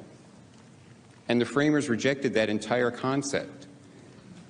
In Article 1, Section 9, they eliminated both bills of attainder and all ex post facto laws for criminal penalties at the federal level, and they also included a provision to prohibit states from using bills of attainder. Now, in the English system, there was a relationship to some extent between impeachment and bills of attainder, because both were tools of the Parliament to get at officials in the government. You could impeach them for an established offense, or you could pass a bill of attainder. And it was because the definition of impeachment was being narrowed that George Mason at the debates suggested. He pointed out, in the English system, there's a bill of attainder. It's been a great useful tool for the government, but we're eliminating that, and now we're getting a narrow definition of impeachment. We ought to expand it to include maladministration. And Madison said no, and the framers agreed. We have to have enumerated and defined offenses, not a vague concept, not something that can be blurry and interpreted after the fact, and it could be used essentially to make policy differences or other differences like that the subject of impeachment. All of the steps that the framers took in the way they approached the impeachment clause were in terms of narrowing, restricting, constraining, enumerating offenses, and not a vague and malleable approach as there had been in the English system. And I think the minority views of Republican members of the House Judiciary Committee at the time of the Nixon impeachment inquiry summed this up and reflected it well, because they explained, and I'm quoting from the minority views in the report, the whole tenor of the framers' discussions, the whole purpose of their many careful departures from English impeachment practice was in the direction of limits and of standards. An impeachment power exercised without extrinsic and objective standards would be tantamount to the use of bills of attainder and ex post facto laws, which are expressly forbidden by the Constitution and are contrary to the American spirit of justice. And what we see in the House managers' charges and their definition of abuse of power is exactly antithetical to the framers' approach, because their very premise for their abuse of power charge is that it is entirely based on subjective motive, not objective standards, not predefined offenses, but the president can do something that is perfectly lawful, perfectly within his authority, but if the real reason, as Professor Dershowitz pointed out, that's the language from their report, the reason in the president's mind is something that they ferret out and decide is wrong, that becomes impeachable. And that's not a standard at all. It ends up being infinitely malleable. And it's something that I think a telling factor that reflects how malleable it is and how dangerous it is in the House Judiciary Committee's report. Because after they define their concept of abuse of power, and they say that it involves your exercising government power for personal interest and not the national interest, and it depends on your subjective motives, they realize that that's infinitely malleable. There's not really a clear standard there. And it's violating a fundamental premise of the American system of justice, that you have to have notice of what is wrong. You have to have notice of an offense. And this is something that Professor Dershowitz pointed out last night. There has to be a defined offense in advance. And the way they try to resolve this is to say, well, in addition to our definition, high crimes and misdemeanors involve conduct that is recognizably wrong to a reasonable person. And that's their kind of add-on to deal with the fact that they have an unconstitutionally vague standard. They don't have a standard that really defines a specific offense. They don't have a standard that really defines in coherent terms that are going to be identifiable what the offenses are.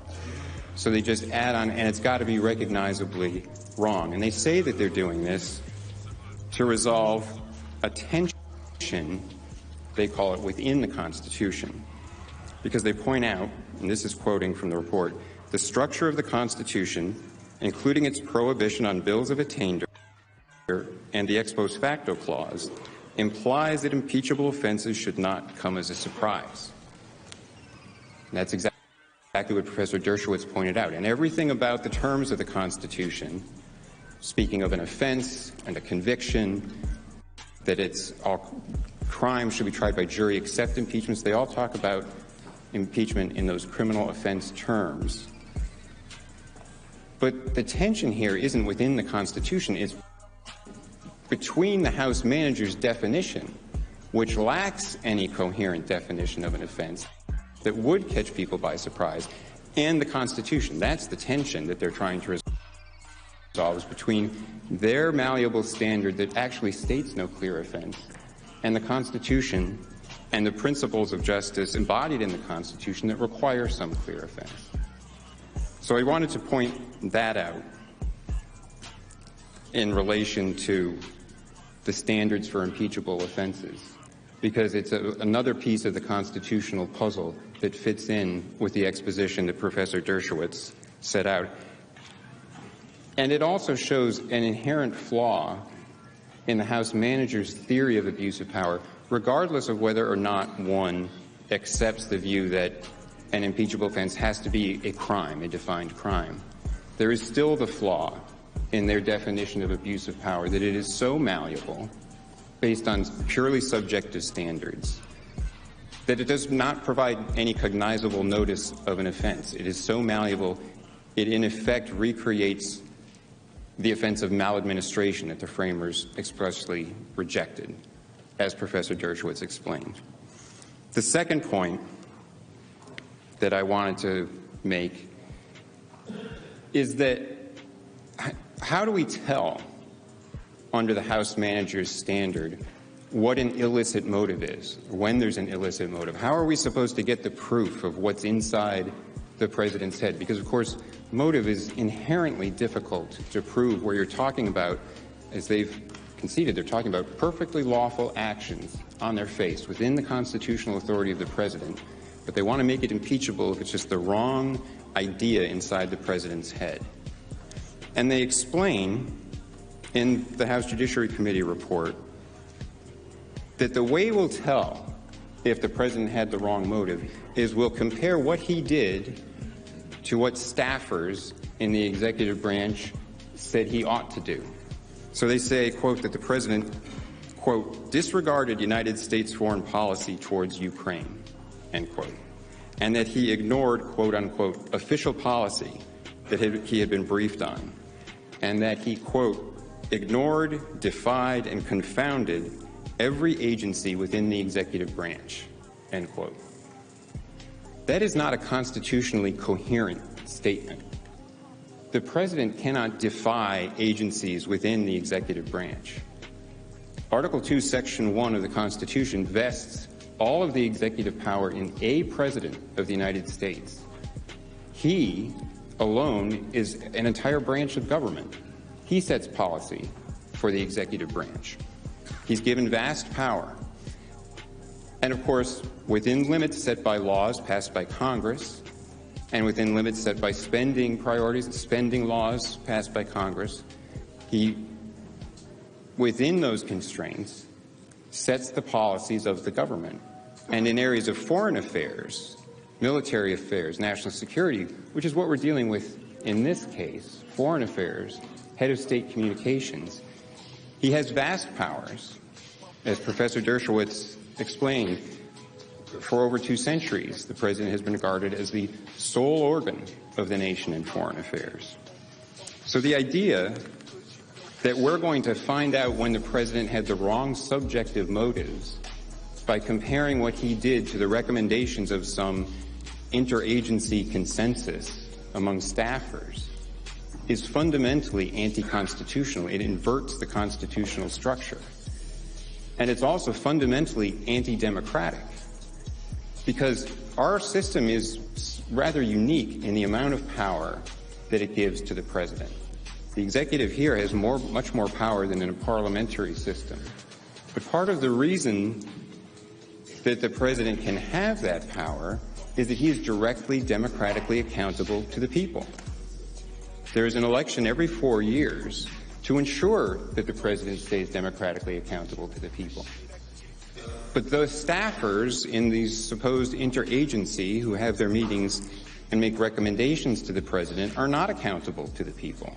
There is no democratic legitimacy or accountability to their decisions or recommendations.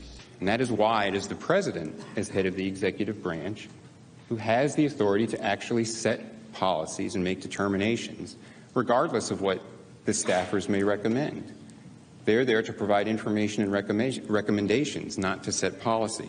So the idea that we're going to start impeaching presidents by deciding that they have illicit motives if we can show that they disagreed with some interagency consensus, it's fundamentally contrary to the Constitution and fundamentally anti-democratic. So those are the two observations I wanted to add to supplement specific points on Professor Dershowitz's comments from last night. Now I want to shift gears and respond to a couple of points that the House managers have brought up that are really completely extraneous to this proceeding. They involve matters that are not charged in the articles of impeachment. They do not relate directly to the president or his actions. But they are accusations that were brought up somewhat recklessly in any event, and we cannot close without some response to them. And the first has to do with the idea that somehow the White House and White House lawyers were involved in some sort of cover-up related to the transcript of the July 25th call because it was stored on a highly classified system.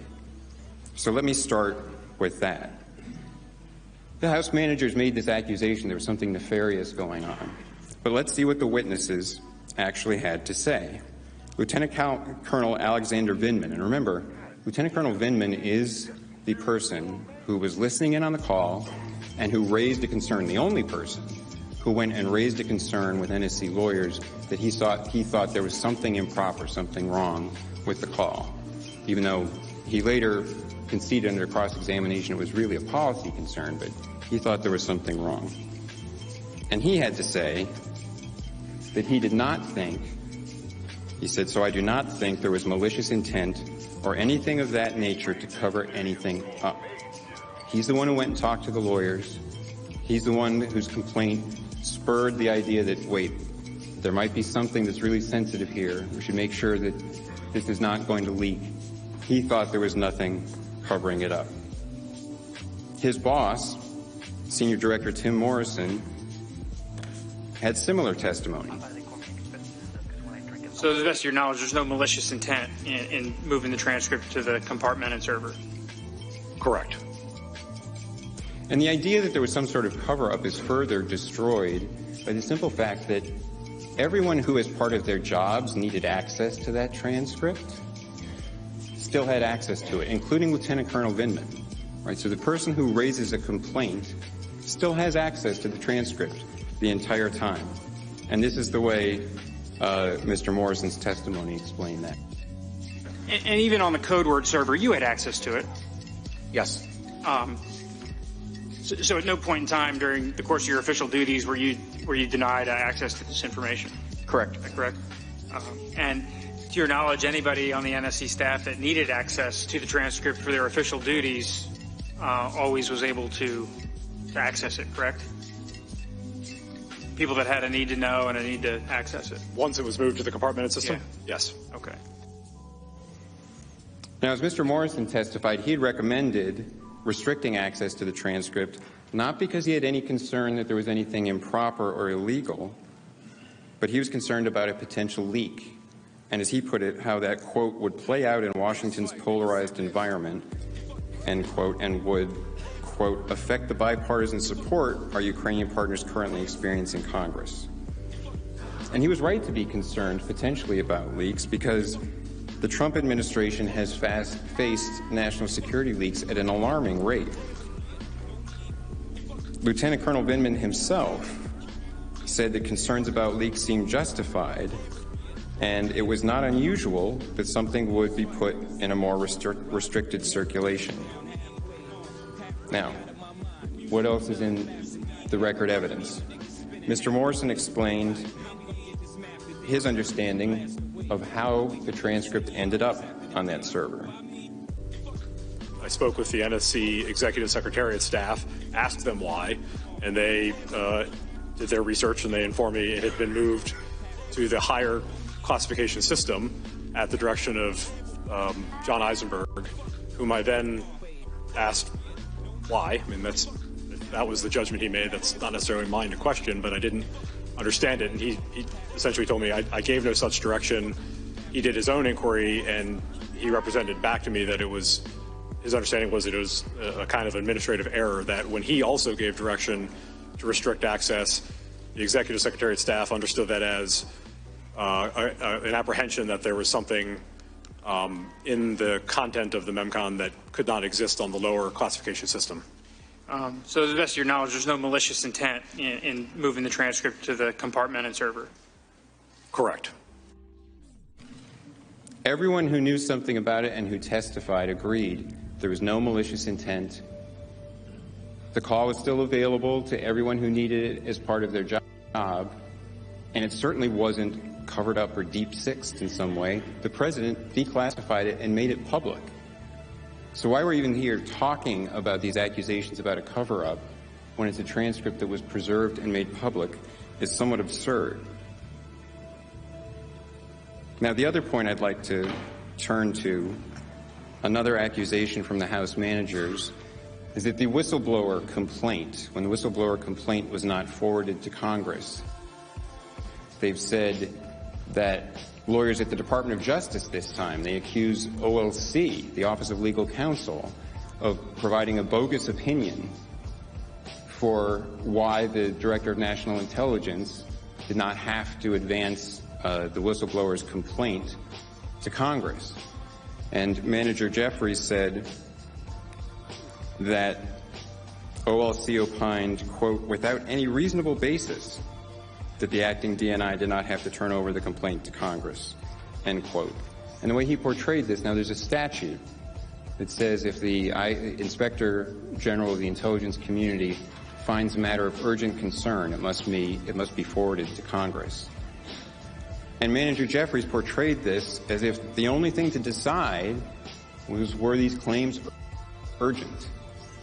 He said, quote, what could be more urgent than a sitting president trying to cheat in an American election by soliciting foreign interference? That's not the only question. The statute doesn't just say if it's urgent, you have to forward it. It talks about urgent concern as a defined term. Now, if the House managers want to come and cast accusations that the political and career officials at the Office of Legal Counsel, which we all know is a very respected office of the Department of Justice, provides opinions for the executive branch on what governing law is, they should come backed up with analysis. So let's look at what the law actually says. And I think we have the slide of that. Urgent concern is defined as a serious or flagrant problem, abuse, violation of law relating to the funding, administration, or operation of an intelligence activity within the responsibility and authority of the Director of National Intelligence involving classified information. So, the Office of Legal Counsel was consulted by the General Counsel at the DNI's office, and they looked at this definition, and they did an analysis, and they determined that the alleged misconduct is not an urgent concern within the meaning of the statute. Because they're not just talking about, do we think it's urgent? Do we think it's important? No, they're analyzing the law. and they looked at the terms of the statute. The alleged misconduct is not an urgent concern within the meaning of the statute because it does not concern the funding, administration, or operation of an intelligence activity under the authority of the DNI. Remember, what we're talking about here is a head of state communication between the President of the United States and another head of state.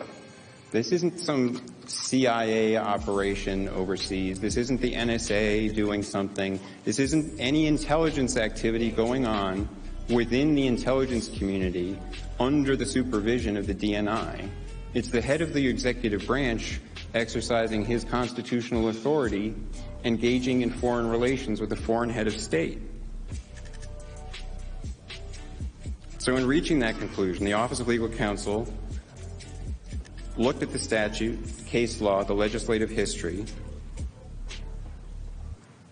and it concluded that this phrase of urgent concern includes matters relating to intelligence activities subject to the DNI's supervision, but it does not include allegations of wrongdoing arising outside of any intelligence activity or outside the intelligence community itself, and that makes sense. This statute was meant to provide for an ability of the Inspector General of the intelligence community, overseeing the activities of the intelligence community, to receive reports about what was going on at intelligence agencies, those that are members of the intelligence community, if there was fraud, waste, abuse, something unlawful in those activities. It was not meant to create an Inspector General of the presidency, an Inspector General of the Oval Office, to purport to determine whether the president, in exercising his constitutional authorities, had done something that should be reported.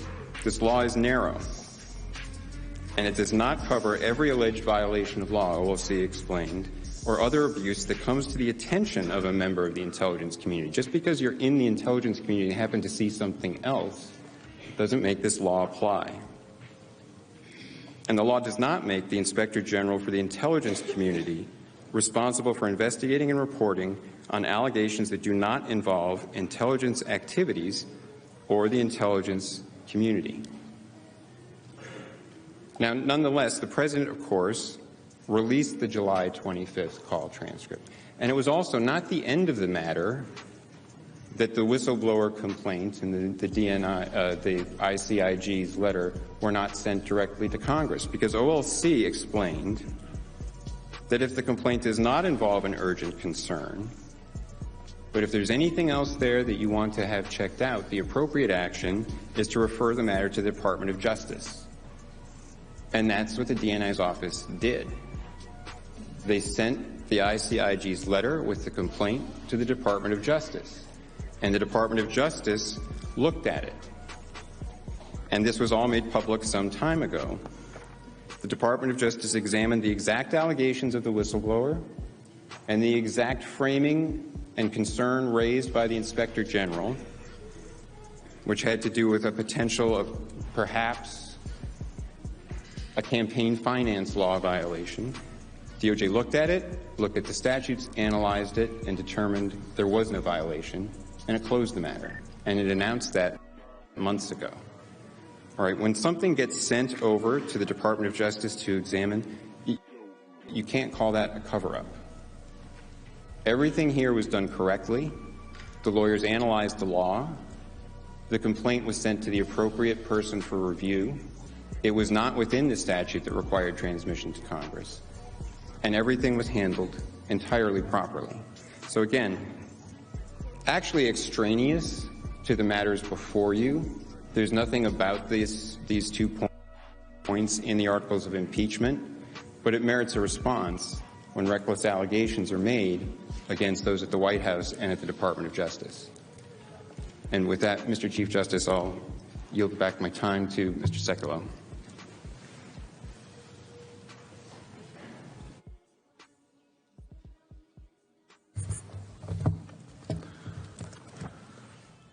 Thank you, Mr. Chief Justice. Majority Leader McConnell, Democratic Leader Schumer, House managers, members of the Senate. What we are involved in here, as we conclude, is perhaps the most solemn of duties under our constitutional framework. The trial of the leader of the free world and the duly elected President of the United States.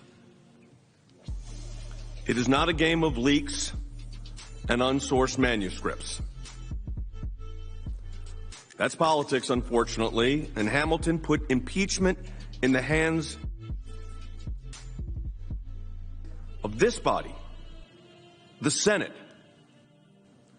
precisely and specifically to be above that fray. This is the greatest deliberative body on earth. In our presentation so far, you've now heard from legal scholars from a variety of schools of thought, from a variety of political backgrounds. But they do have a common theme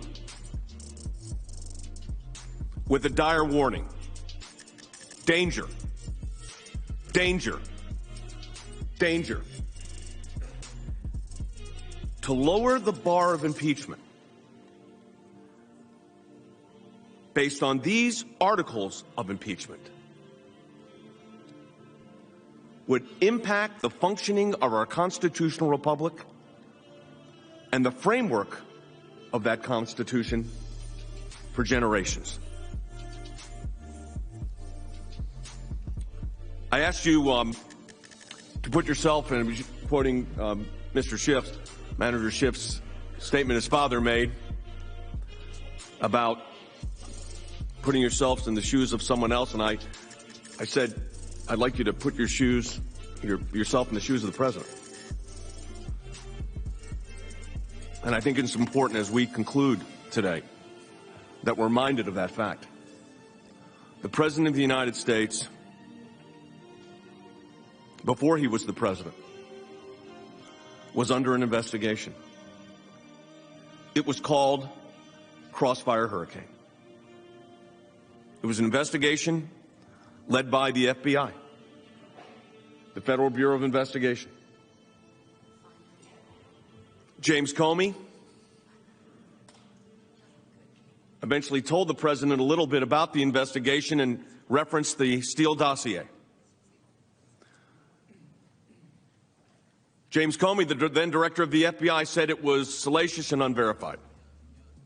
So salacious and unverified that they used it as a basis to obtain FISA warrants.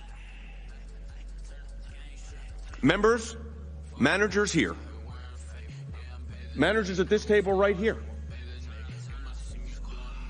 said that any discussions on the abuse from the Foreign Intelligence Surveillance Act utilized to get the FISA warrants from the court were conspiracy theories.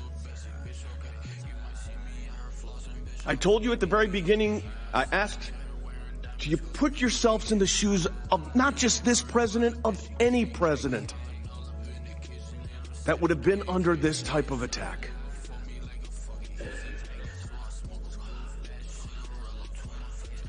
FISA warrants issued on people affiliated with his campaign, American citizens affiliated with people of his campaign, citizens of the United States being surveilled pursuant to an order that has now been acknowledged by the very court that issued the order that it was based on a fraudulent presentation. In fact, evidence specifically changed by the very FBI lawyer who was in charge of this. Changed to such an extent that the Foreign Surveillance Intelligence Court, as I said earlier, I'm not going to repeat it again, issued 2 orders saying that when this agent, this lawyer, made these misrepresentations to the National Security Division, they also made a misrepresentation to a federal court, the federal court, the Foreign Surveillance Court, a court where there are no defense witnesses, a court where there is no cross-examination. It's a court based on trust. That trust was violated. And then the director of the Federal Bureau of Investigation, James Comey, decides he will leak a memo of a conversation he had with the President of the United States. And he is leaking the memo for a purpose, he said, to obtain the appointment of a special counsel. And lo and behold, a special counsel was appointed. And it just so happens that that FBI agent, lawyer, who committed the fraud on the FISA court became a lawyer for the Mueller investigation, only to be removed because of political animus and bias found by the Inspector General. Then we have a special counsel investigation. Lisa Page, Agent Strzok, I'm not going to go into the details. You know them. They're not in controversy, they're uncontroverted. The facts are clear. But does it bother your sense of justice even a little bit? Even a little bit.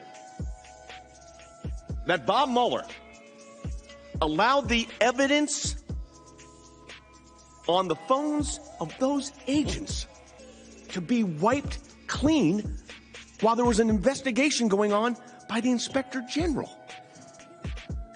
Now, if you did it, Manager Schiff, if you did it, Manager Jeffries, if I did that, destroyed evidence, if anyone in this chamber did this, we'd be in serious trouble. Their serious trouble is they get fired. Bob Mueller's explanation for it is, I don't know what happened. I don't know what happened. I can't recall the conversations. You can't view this case in a vacuum. You are being asked, and I say this with the utmost respect, you are being asked to remove an duly elected president of the United States. This isn't some, we had references to law school exams, and I love the fact that I thought there were great analysis yesterday, and I appreciate all of that. But I want to focus today, or my section, on what you're being asked to do. You are being asked to remove a duly elected president of the United States, and you're being asked to do it in an election year. In an election year. There are some of you in this chamber right now that would rather be someplace else. And that's why we'll be brief. I understand. You'd rather be someplace else. Why would you rather be someplace else? Because you're running for president, the nomination of your party. I get it. But this is a serious deliberative situation. You're being asked to remove a duly elected president of the United States. That's what the articles of impeachment call for, removal. So we had a special counsel, and we got the report. And just for a moment, putting yourselves in the shoes of this president or any president that would be under this situation, your number 4 at the Department of Justice, his wife is working for the firm that's doing the opposition research on him and is communicating with the foreign former spy, Christopher Steele, to put together the dossier, and it's being handled by Christopher Steele through Nellie Orr to her husband, then the 4th-ranking member at the Department of Justice, Bruce Orr, and all of this is going on. And he doesn't want to tell, and he's testified to this, he doesn't want to tell everybody what he's doing because he's afraid he might have to stop. Might have to stop. How did this happen? This is the Federal Bureau of Investigation. And then we ask, why is the president concerned about advice he's being given? Put yourself in his shoes. Put yourself in his shoes. we've given you, and our approach has been to give an overview and to be very specific. To remove a duly elected president, which is what you're being asked to do, in essentially policy disagreements. You heard a lot about policy. Although the one that it still troubles me. This idea that the president, it was said by several of the managers, is only doing these things for himself. Understanding what is going on in the world today as we're here. They raised it, by the way. I'm not trying to be disrespectful. They raised it. This president is only doing things for himself while the leaders of opposing parties, by the way, at the highest level, to obtain peace in the Middle East, to say you're only doing that for yourself. I think the irony of that those statements were made while all of that was going on, and other acts that this body's passed, some of it bipartisan, to help the American people. Policy differences. Those policy differences cannot be utilized to destroy the separation of powers. House managers spoke for, I know we've had disagreements on the time, it was 21 hours or 23 hours. They spoke during their time. A lot of time. Most of it attacking the president, policy decisions. They didn't like what they heard. They didn't like there was a pause on foreign aid. I laid out before that there was pauses on all kinds of foreign aid. It's not the first president to do it. But the one thing I'm still trying to understand from the manager's perspective, and maybe it's not fair to ask the managers because you're not the leader of the House. But remember the whole idea that this was a dire national security threat, a danger to our nation? We had to get this over here right away. It had to be done before Christmas. It was so important. It was so significant. The country was in such jeopardy. The jeopardy was so serious that it had to be done immediately. Let's hold on to the articles of impeachment for a month to see if the House could force the Senate to adopt rules that they wanted,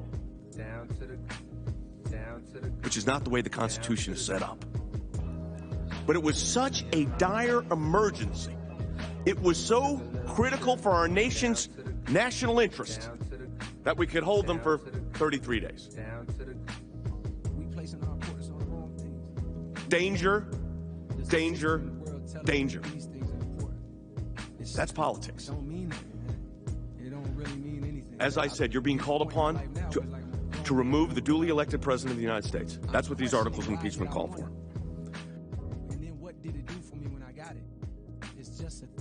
They never really answer the question of why they thought there was such a national emergency. Maybe they will during questions. I don't know. There was such a national emergency. They never did explain why it was that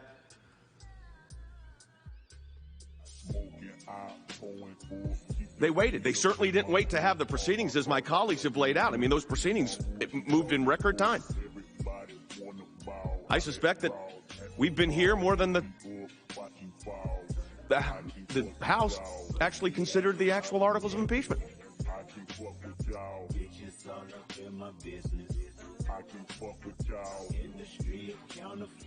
Is that the way the Constitution is supposed to work?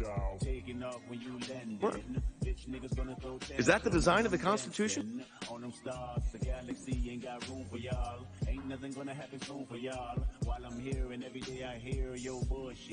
And then their question, of course, came up and yesterday on the whole situation with Burisma and the Bidens.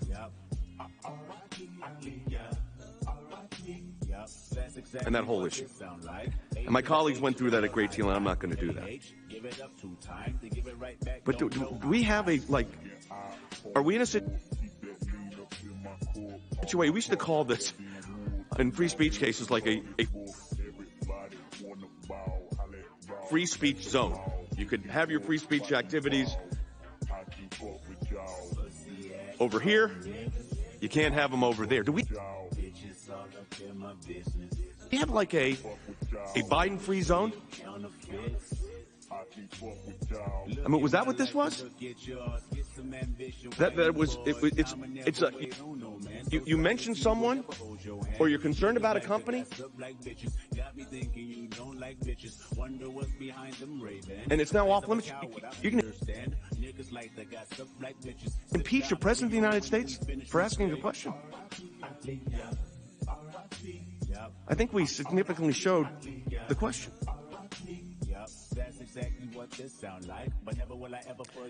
I'm not going to go through a detail-by-detail analysis of the facts, but there are some that we just have to go through. You heard a lot of new facts yesterday in our presentation. Saturday, what we were pointing to is a very quick overview. And then yesterday, we spent the day, and we appreciate everybody's patience on that, going through the facts. They showed you this, but they didn't show you that.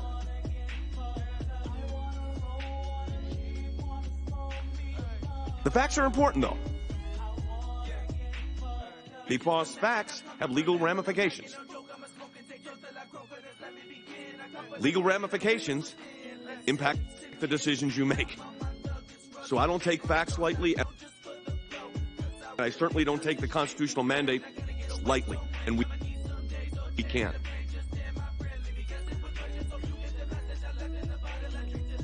The facts we demonstrated yesterday and briefly on Saturday demonstrate that there was, in fact, a proper governmental interest in the questions that the president asked and the issues that the president raised on that phone call. A phone call. Now, let's again put your feet in the shoes of the president. Put yourself in the president's position. Do you think he thought when he was on the call it was him and President Zelensky he was talking to and that was it? Or it was, as sometimes I heard one commentator said, it was people listening in on the call, the president and 3,000 of his closest friends. Let's be realistic. The president of the United States knew when he was on that call there were a lot of people listening. From our side and from their side. So he knew what he was saying. He said it. We released a transcript of it.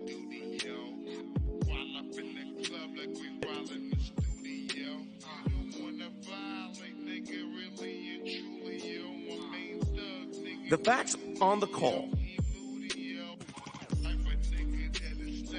that have been kind of the focus of all of this, really focused on foreign policy initiatives both in Ukraine and around the globe. They talked about other countries and other countries. The president has been very concerned about other countries carrying some of the financial load here, not just the United States. That's a legitimate position for a president to take. If you disagree with it, you have the right to do that. But he is the president. As my colleague,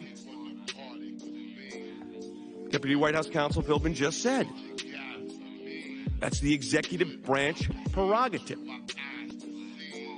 That is their constitutional appropriate role.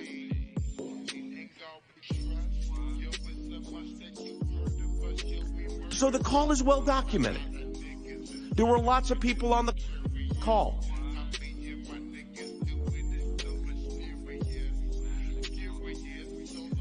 The person that would be on the other end of the quid pro quo, if it existed, would have been President Zelensky.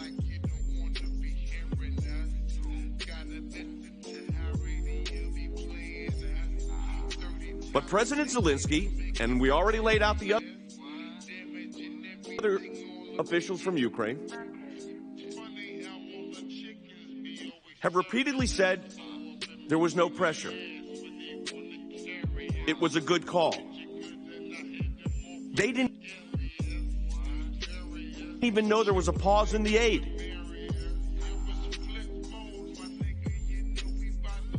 All of that is well documented. I'm not going to go through each and every one of those facts. We did that over the last several days. President Zelensky's senior advisor, Andrei Yermak, was asked if he ever felt there was a connection between military aid and the request for investigations, and he was adamant that we never had that feeling, and we did not have the feeling that this aid was connected to any one specific issue. This is coming from the people who were receiving the aid.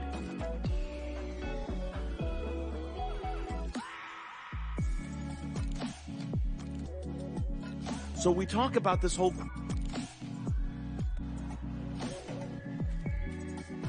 quid pro quo. And that was a big issue. That's how this actually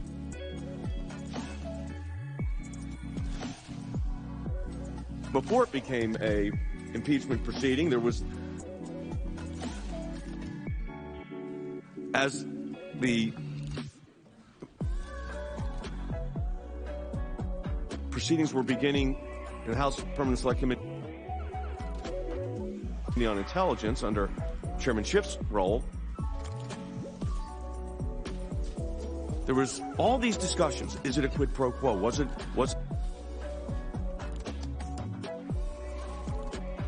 extortion? Was it bribery? What was it?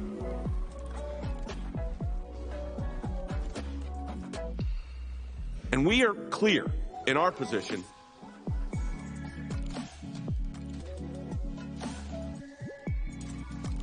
that there was no quid pro quo. But then yesterday,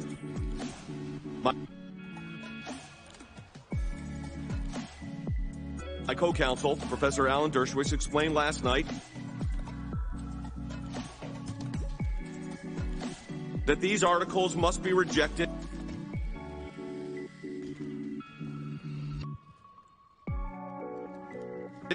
He's talking about from a constitutional framework, even if there was a quid pro quo.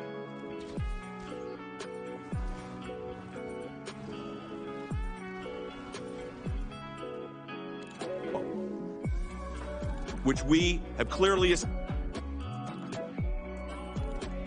established there was not. And this is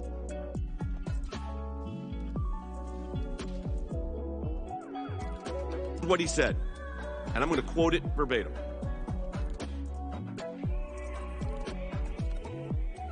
The claim that foreign policy decisions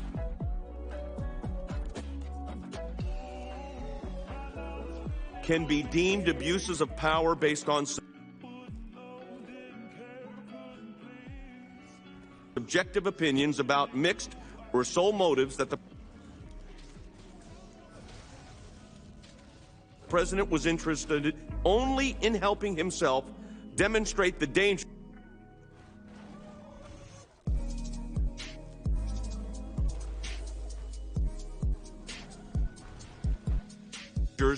of employing the vague, subjective,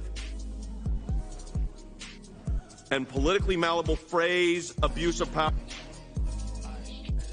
power as a constitutionally permissible criteria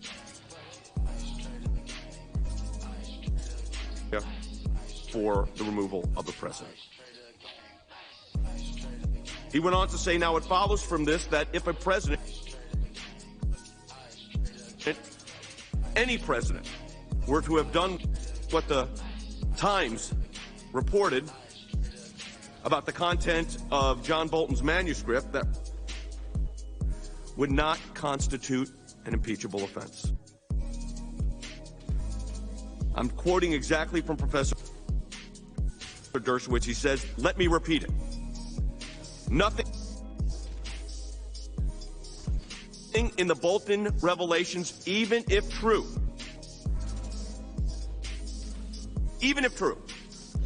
would rise to the level of abuse of power or an impeachable offense. That is clear from history. That is clear from the language of the Constitution. You cannot turn conduct that is not impeachable into impeachable conduct simply by using words like quid pro quo and personal benefit. It is inconceivable that the framers would have intended to so politically loaded and promiscuously deployed a term as abuse of power to be weaponized, again, Professor Dershowitz, as a tool of impeachment. It is precisely the kind of vague, open-ended, and subjective term the founders and the framers feared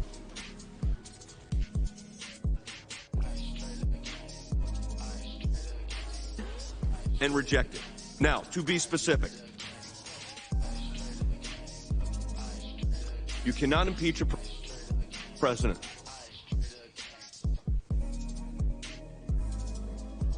on an unsourced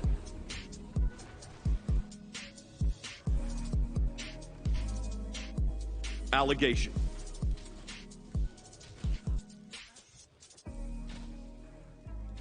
But what Professor Dershowitz was saying, even if everything in there was true, it constitutionally doesn't rise to that level. But I want to be clear on this, because there's a lot of speculation out there.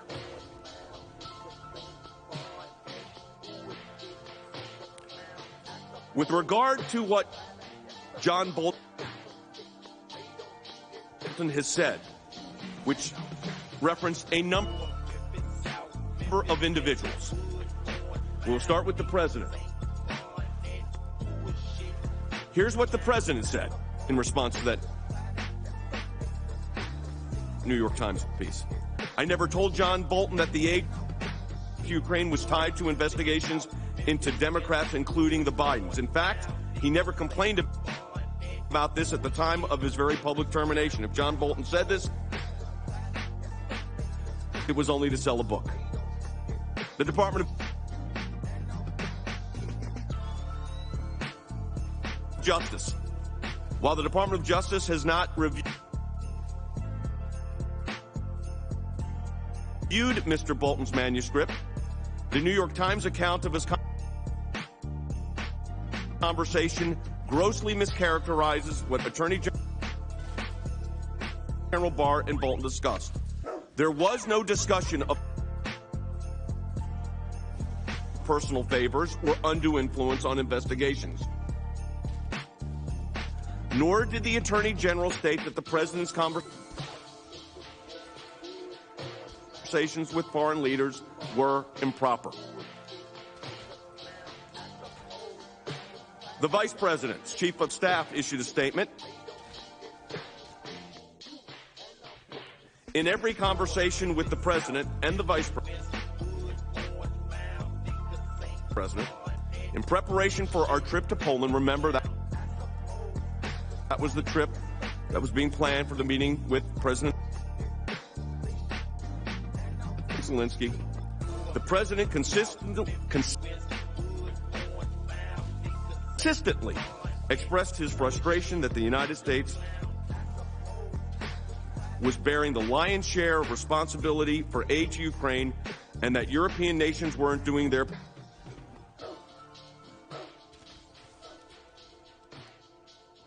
part. The President also expressed concerns about corruption in Ukraine, and at no time did I hear him tie Ukraine aid to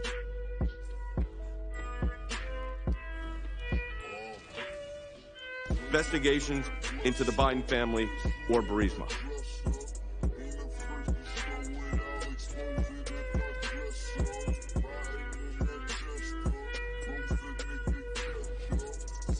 That was the response. Responding to an unpublished manuscript that maybe some reporters have an idea of maybe what it says. That's what the evidence, if you want to call that evidence, I don't know what you call that. I call it inadmissible, but that's what it is.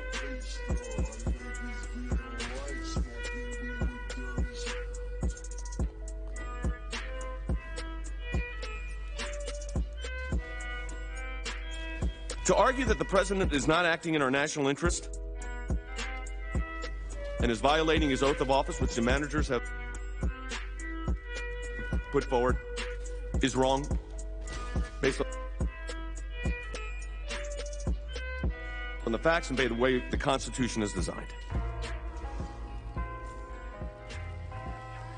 And when you look at the fullness of the record of their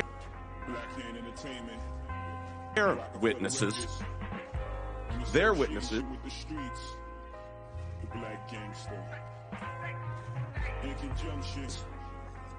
witnesses' statements, the transcripts,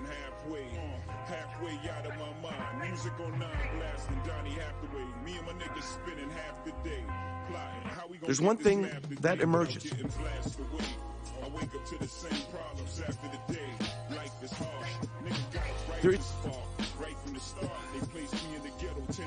There's no violation of law. There's no violation of the Constitution. There is a disagreement on policy decisions. Most of those that spoke at your hearings did not like the president's policy. That's why we have elections. That's what policy differentials and differences are discussed.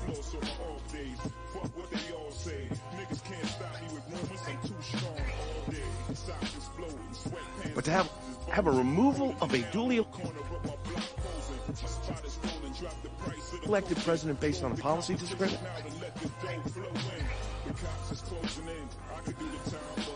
that is not what the framers intended. And if you lower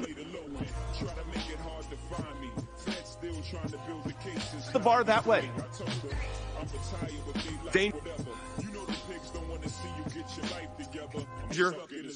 danger.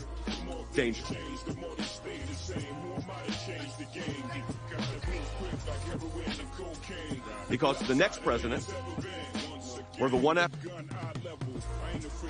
that, he or she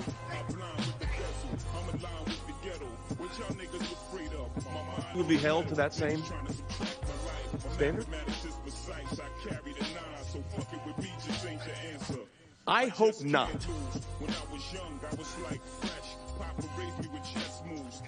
I pray not. That's not what happens. Not just for the sake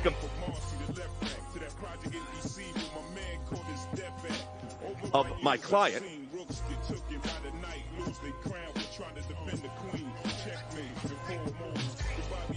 but for the Constitution.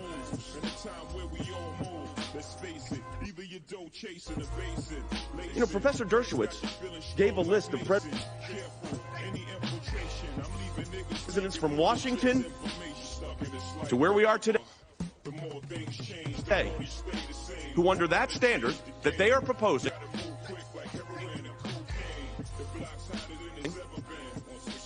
could be subject to abuse of power or obstruction of Congress.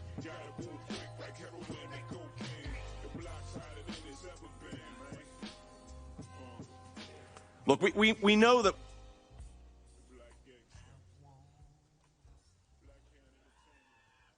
what this is not about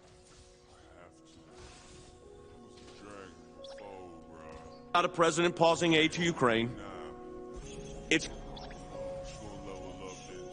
really not about a phone call.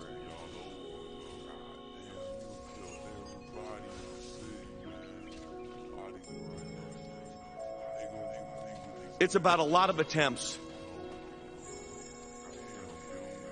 on policy disagreements that are not being debated here. My goodness. How much time? How much time has been spent in the House of Representatives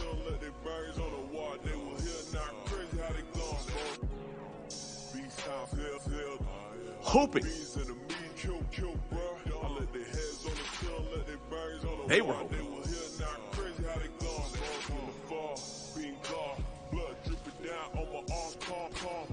that the Mueller probe would result in, I mean, I'm not going to play you. I was thinking about it. Playing all the clips from all the commentators. The day after. The day after the bomb. Mueller testified.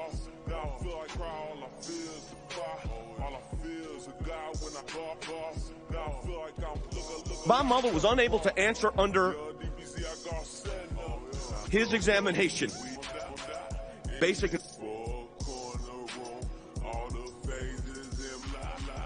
and fundamental questions. He had to correct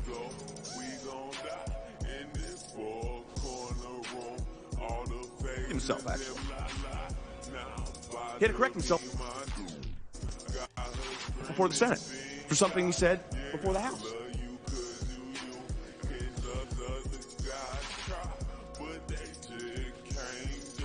So that's what the president's been living with.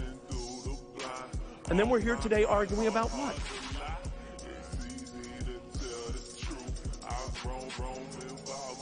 A phone call to Ukraine?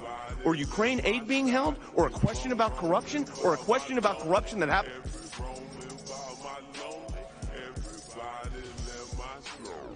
Happens to involve a high public profile figure? I mean, is that what this is? Is that where we are?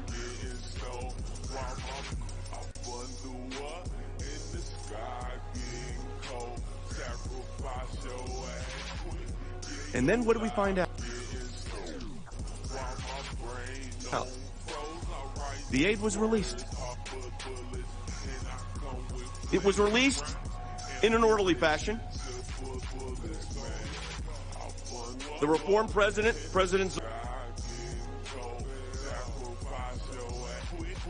Zelensky wins, but there was a question whether his party would take to Parliament. It did. They worked late into the evening.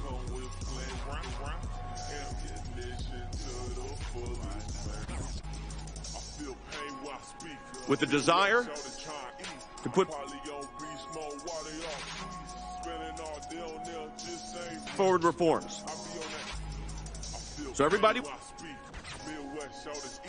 was waiting, including, and you heard the testimony from, I will say their witnesses. You heard the testimony. Everybody was concerned about Ukraine. Everybody was concerned about whether these reforms could actually take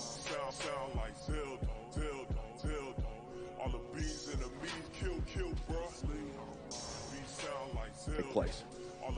Everybody was concerned about it.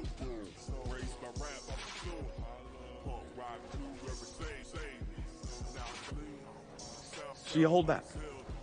Didn't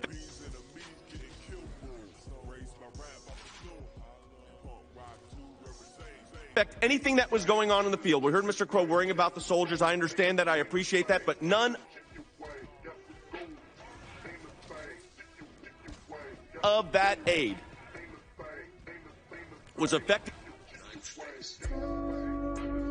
what was going on the battlefield right then or for the next 4 months because it was future aid.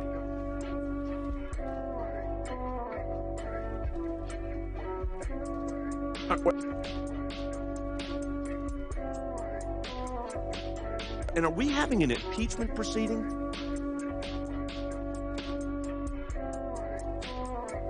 Because aid came out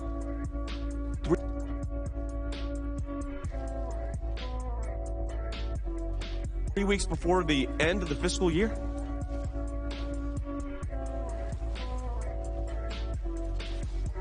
For a 6-minute phone call? You boil it down, that's what this is.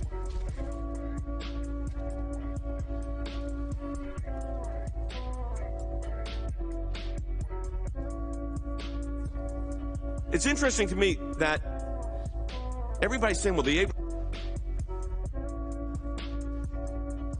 was finally released September 11th, only because of the committee and the whistleblower who we'd never seen. Mr. Philbin dealt with that in great detail. I'm not going to go over that again.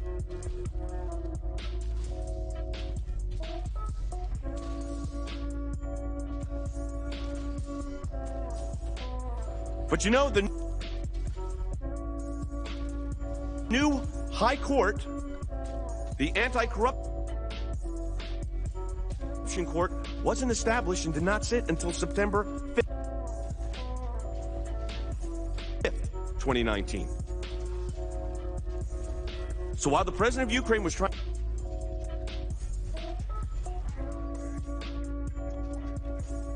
to get reforms put in place, the court that was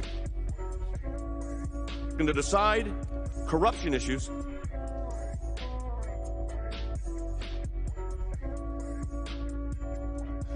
was not set until September 5th. I want you to think about this for a moment, too. They needed a high court of corruption for corruption. I mean, think about that for a moment. Now, that's good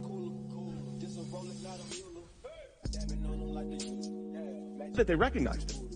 But remember when I said the other day, you don't wave a magic wand and now Ukraine doesn't have a corruption problem?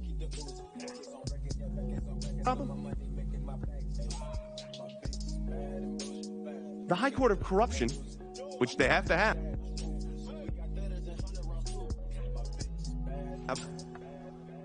because it's not just past corruption. They're concerned about ongoing corruption issues. And you could put all of your witnesses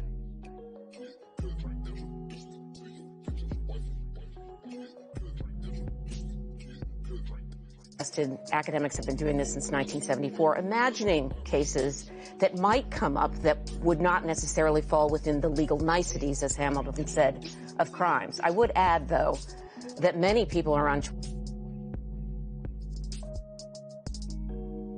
Prosecutors have already said this does constitute bribery. It could constitute a violation of his oath of office to follow the laws, namely the Impoundment Act and a variety of other laws that I won't get into. So you're saying the grounds are much broader than what the president's legal team is saying. Bill McCollum, comparing this or not to the Clinton impeachment, what are the strategy of the president's lawyers in simply saying what they're alleging just doesn't rise to the level of what a president should be removed over? Well, I happen to believe that's very true. And with all due respect to Victoria, there are no crimes. There were in the Clinton impeachment case, even though they didn't remove him from office for various reasons.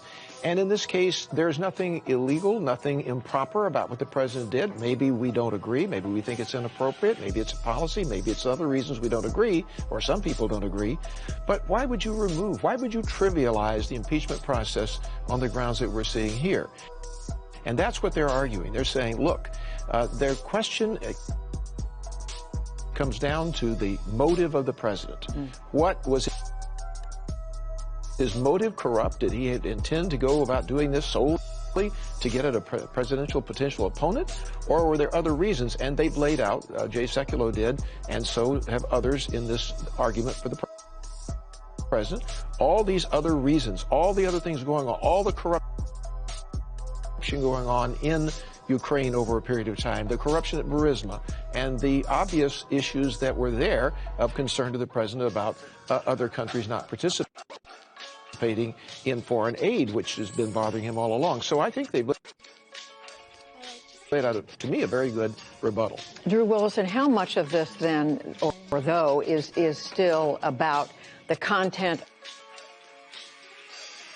of that phone call? They keep calling it a transcript. In fact, it's a memo. That there wasn't actually a recording that could have been made into a transcript. But if to the extent the president tied a request for aid to, are you going to investigate a political rival, how much of that is still in contention here?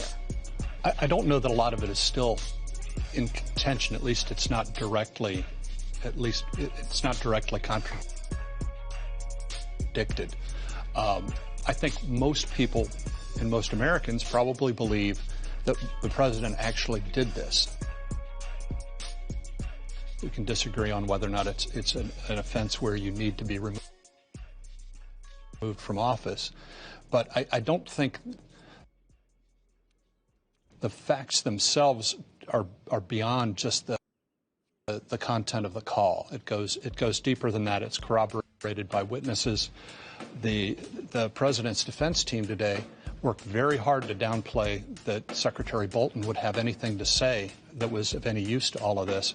That's simply not true. He's an eyewitness to what went on here. Mm-hmm. And John Hart, I mean, we are... Well, Judy, I think there's two things on the table. So Jay Sekulow talked about the fact that this was about a 6-minute phone call, but he also said this is about the past 3 years.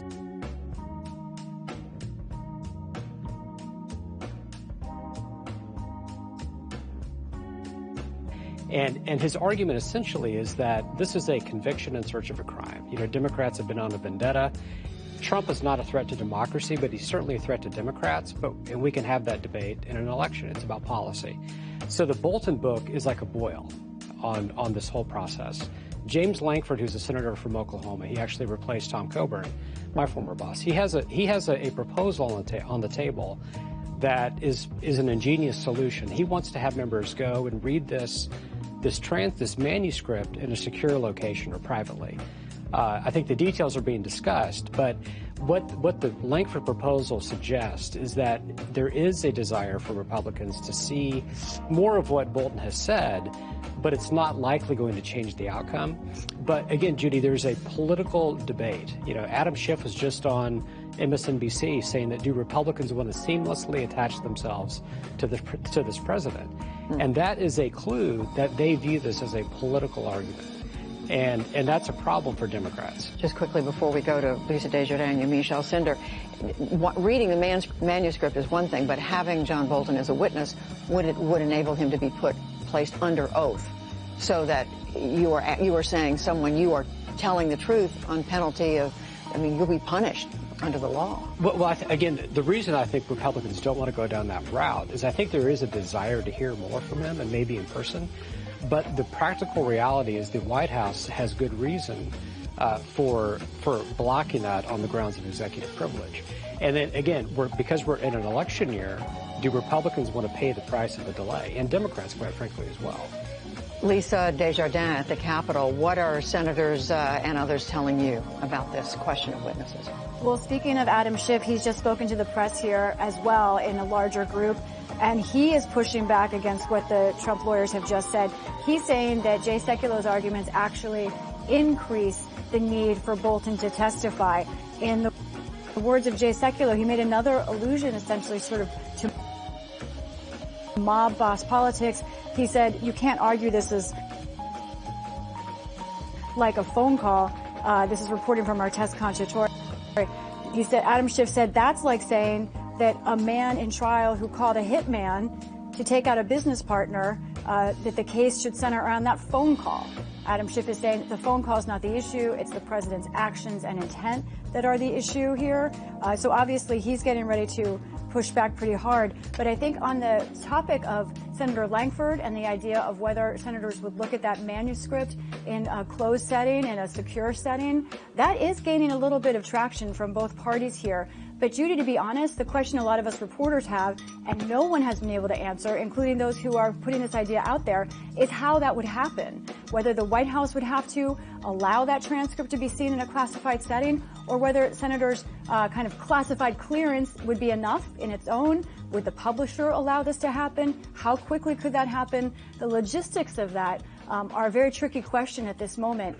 One other thing to keep in mind, I've been told that Senate Republicans plan to have a meeting around dinner time tonight after the close of the presentation today. I think that'll be an important meeting to figure out their game plan. Are they on the same game plan with each other going forward on all of these questions about witnesses and manuscripts?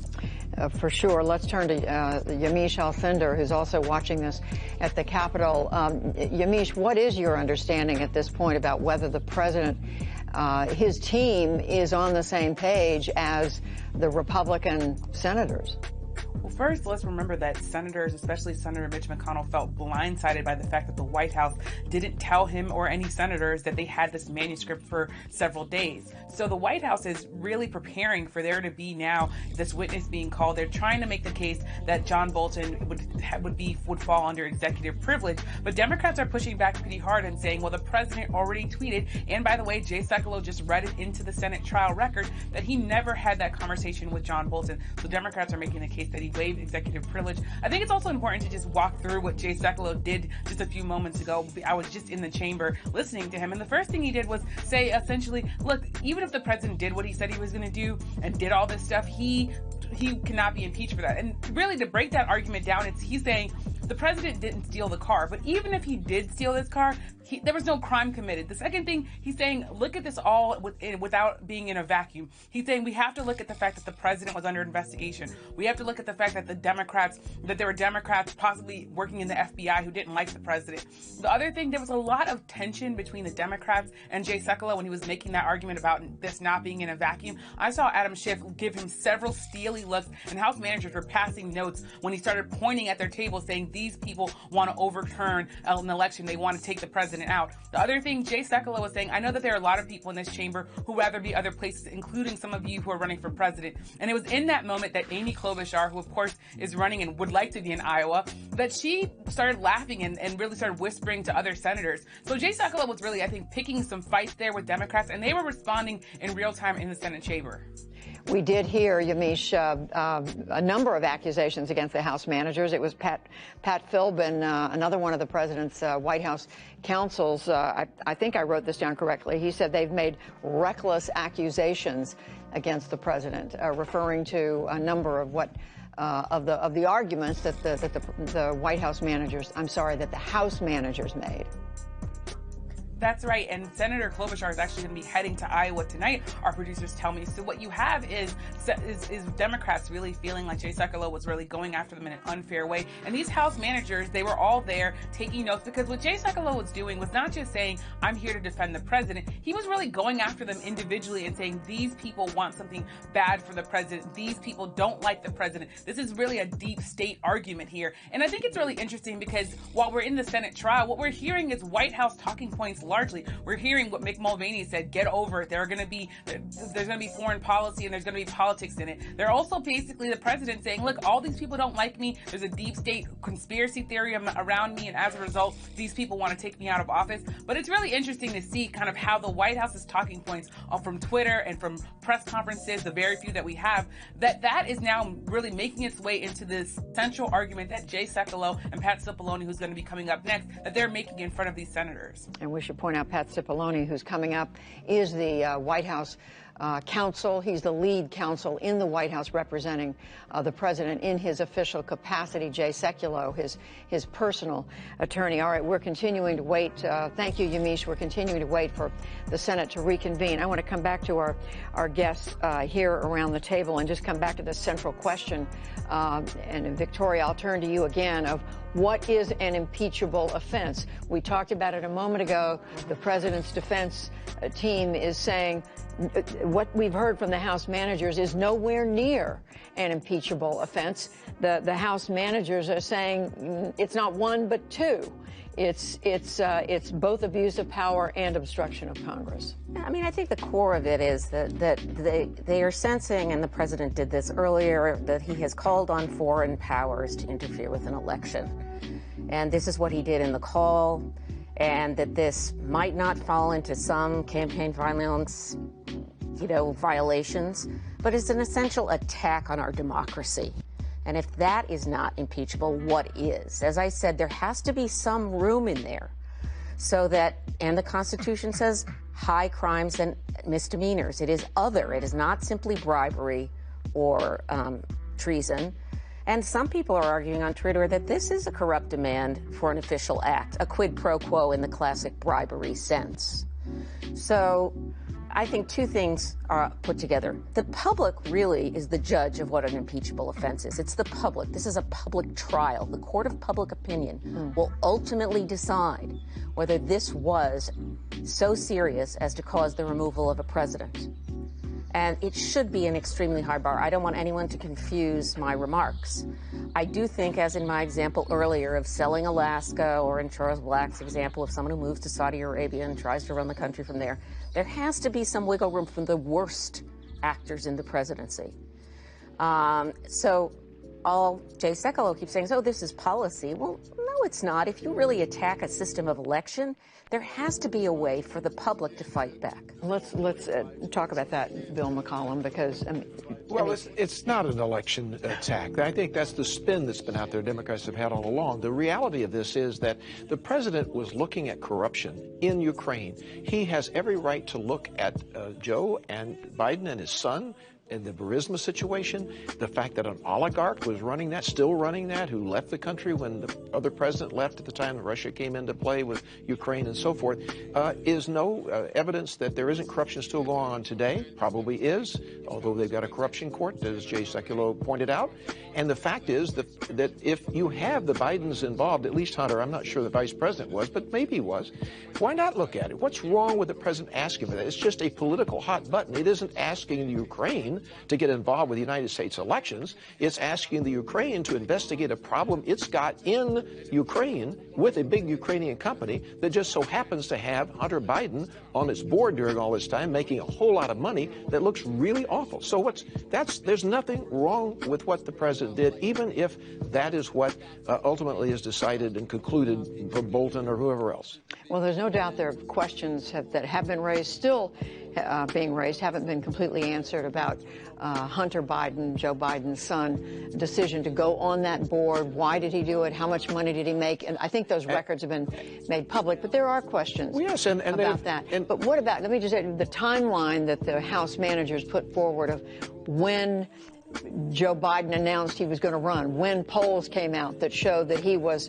becoming a serious threat as a candidate for president, that it was along that timeline when President Trump became much more interested. He sent Rudy Giuliani to Ukraine to work with individuals in Ukraine to look at the Bidens. So, I mean, there does seem to be more of a connection than what the Well, that goes back to the whole tenuous nature of trying to go after motive. Is there a political motive in what the president has done here? There's some, probably is. Was there political motive in some of the things that President Obama and other recent presidents have done in foreign policy? Absolutely.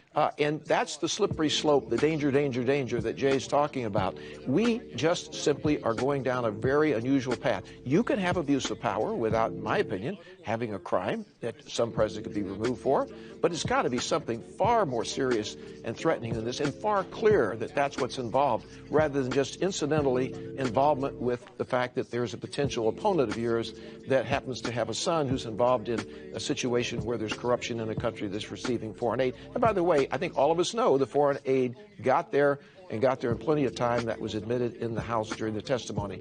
It really never was a loss in terms of making it critical to the country or to our national security, which is another point Jay Sekulow pointed out. Drew Willison, what about this argument? You're hearing it from Bill McCollum. You hear it from the president's legal team that this was just something that presidents do. Their politics is a part of foreign policy. We heard Mick Mulvaney, the president's White House chief of staff, make that point. Politics is certainly part of foreign policy. The difference here, it can be the official policy of the United States that we want to root out corruption in Ukraine. The difference here is that the President of the United States appears to have asked for a personal political favor in exchange for the release of the aid. That's the problem. Having a foreign policy to root out corruption is one thing, but to ask for a political favor from a foreign leader in a position potentially to influence one of our elections is the problem here. It's not the problem of the foreign policy. What about, though, their pushback, as we just heard again from Bill McCollum, that the aid eventually flowed? It was a few months. The aid was withheld. And by the way, I wrote down one of the president's lawyers made the point. He said none of this aid was going to go to the battlefield where there was a war going on between Ukraine and Russia. It was future aid. So in other words, putting even more distance between this aid and what was really happening.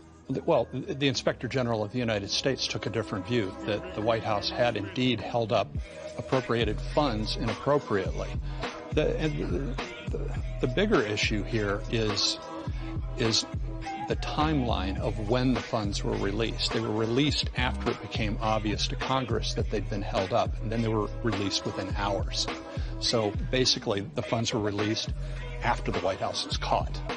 And I mean, John Hart, how does that get answered? Yeah. It is the case that it was only after the whistleblower came forward and it became clear that Congress was going to look into this, that there was something that had taken place in that call that was concerning. It was only after that that the aid was released. Well, I think the president's team has addressed that to some extent. They've described that the meeting that happened in Poland, for example, was in motion without it being connected to the release of the aid. They did a good job explaining that timeline, that the reason the president didn't do it was because of the hurricane and so forth. But I would talk a little bit more about, I think the timing of the aid issue. Let me come back. Go on and let me come back to my note on that point. Okay.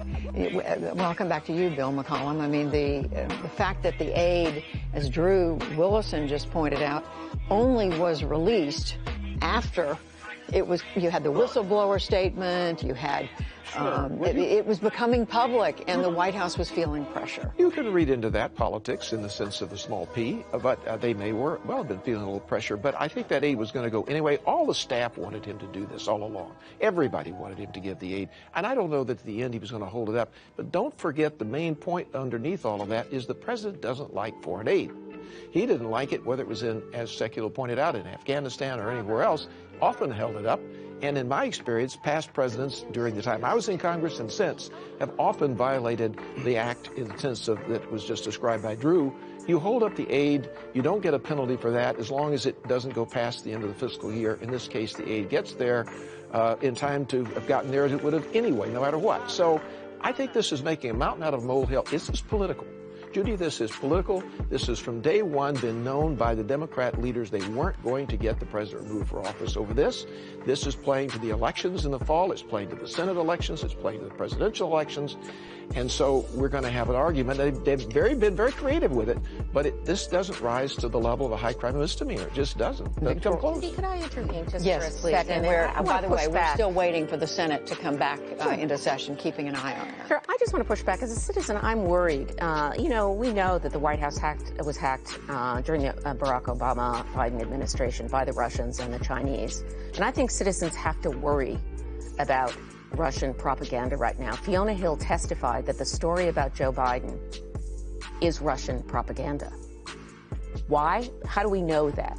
Because, yes, there's lots of corruption in Ukraine. But he fired, when he went there, the story doesn't even make any sense. He fired a prosecutor who was corrupt, which meant that it was going to be more likely that his son would be investigated. So the story just doesn't make any sense to me. And so I listen to Fiona, and I worry that the Russians have interfered in our election in ways that the president inadvertently, perhaps, or even advertently has encouraged. And I want an answer for that from the president. What do you say to that? Well, I two quick points. I think we need a geopolitical reality check. When you think about the United States versus Russia and even the Soviet Union, in terms of the Cold War, we crushed the Soviet Union in terms of propaganda. So it's sort of like a football game where the Russians scored a consolation touchdown at the end. They did interfere. It was a problem. We shouldn't be dismissive of it, but we should keep it in context.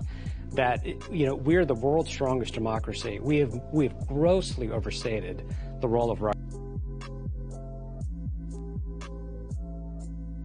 Russian interference in our election. It's been the best campaign propaganda money ever spent in the history of civilization. The fact that we're spending this much time on it. Are you disputing the intelligence community findings? No, I'm not. What I'm saying is we need to keep it in context. And I think the reason Hillary to happen, it is time for this to end here and now. So we urge the Senate to reject these articles of impeachment for all of the reasons we have given you. You know them all. I don't need to repeat them. They've repeatedly said over and over again, a quote from Benjamin Franklin, "It's a republic if you can keep it." And every time I heard it, I said to myself, it's a republic if they let us keep it. And I have every confidence in your wisdom. You will do the only thing you can do, what you must do, what the Constitution compels you to do. Reject these articles of impeachment for our country and for the American people. It will show that you put the Constitution above partisanship. It will show that we can come together on both sides of the aisle and end the era of impeachment for good. You know it should end. You know it should end.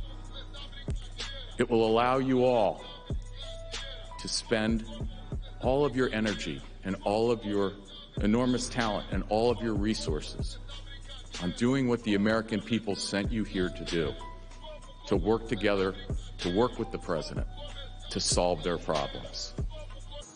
So this should end now, as quickly as possible. Thank you again for your attention. I look forward to answering your questions. And with that, that ends our presentation. Thank you very much.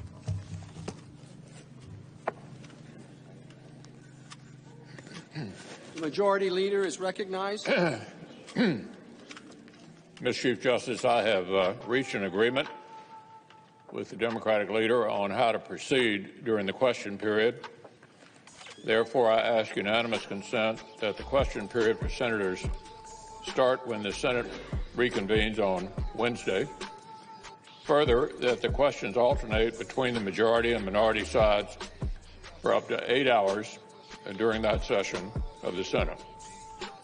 Finally, that on Thursday, the Senate resume time for senators' questions alternating between sides for up to 8 hours during that session of the Senate. Without objection, so ordered. So we will complete the question period over the next 2 days. I remind senators that their questions must be in writing, will be submitted to the Chief Justice. During the question period of the Clinton trial, senators were thoughtful and brief with their questions, and the managers and counsel were succinct in their answers. I hope we can follow both of these examples during this time. During the impeachment trial of President Clinton, Chief Justice Rehnquist advised counsel, quote, counsel on both sides, that the chair will operate on a rebuttable presumption that each question can be fully and fairly answered in 5 minutes or less, end quote. The transcript indicates that the statement was met with, quote, laughter, end quote. Nonetheless, managers and counsel generally limited their responses accordingly. I think the late chief's time limit was a good one and would ask both sides to abide by it. So, Mr. Chief Justice, I ask unanimous consent that the trial adjourn until 1 p.m. Wednesday, January 29th, and that this order also constitute the adjournment of the Senate. Without objection, we're adjourned. And as you hear, the Senate has gone into adjournment until tomorrow, now that the president's legal team has completed its statement or argument in the president's defense. And as you just heard the Senate Majority Leader Mitch McConnell say tomorrow afternoon at 1 o'clock, the Senate will resume with what they call the question and answer period. This is all set out by rules that the Senate abides by. One side will have up to 8 hours, and I believe they said the other side 8 hours as well. I may have missed some of the details there. I want to come back to our guests around the table just quickly, so that we've now, Victoria Norris, in a pretty compact period of time, heard the defense from President Trump. Certainly fewer hours than, I think, 13 hours as opposed to 24 hours for the House managers. Does that say something to us about the strength of the defense? Does it in part suggest they're just dismissing much of what was alleged? Well, I'm sad to say I do think that they have not really joined the question about the call and the quid pro quo. I don't think they, we have a witness out there, John Bolton, who says he wants to come to the Senate, and a number of their arguments are legal arguments, and there's the old saw, if the facts don't work for you, go to the legal arguments, that this is too low of a standard for impeachment. It's certainly fair. It's not persuasive to a lot of academics. They haven't really engaged the questions of what possible criminal liability could be available, and the House pretty much invited that because they did not precisely name a statute or a criminal law in their articles of impeachment. Is that something they could have done? They could have done that. They deliberately chose not to do it, in my opinion, and they did that for a reason. During the Clinton impeachment and the Johnson impeachment, there were lots of highly technical arguments about motive, about intent, about the nature of perjury, for example, what is material. And that put a lot of people, the viewers, snooze material for the law office. You saw that it became, again, it got even worse with the law lecture last night. So I don't think we can really fully avoid that. But I think they wanted to paint a broader picture, because just as in Johnson's impeachment, yes, they cited a lot. President Andrew Johnson. We're talking in the 1800s. Yeah.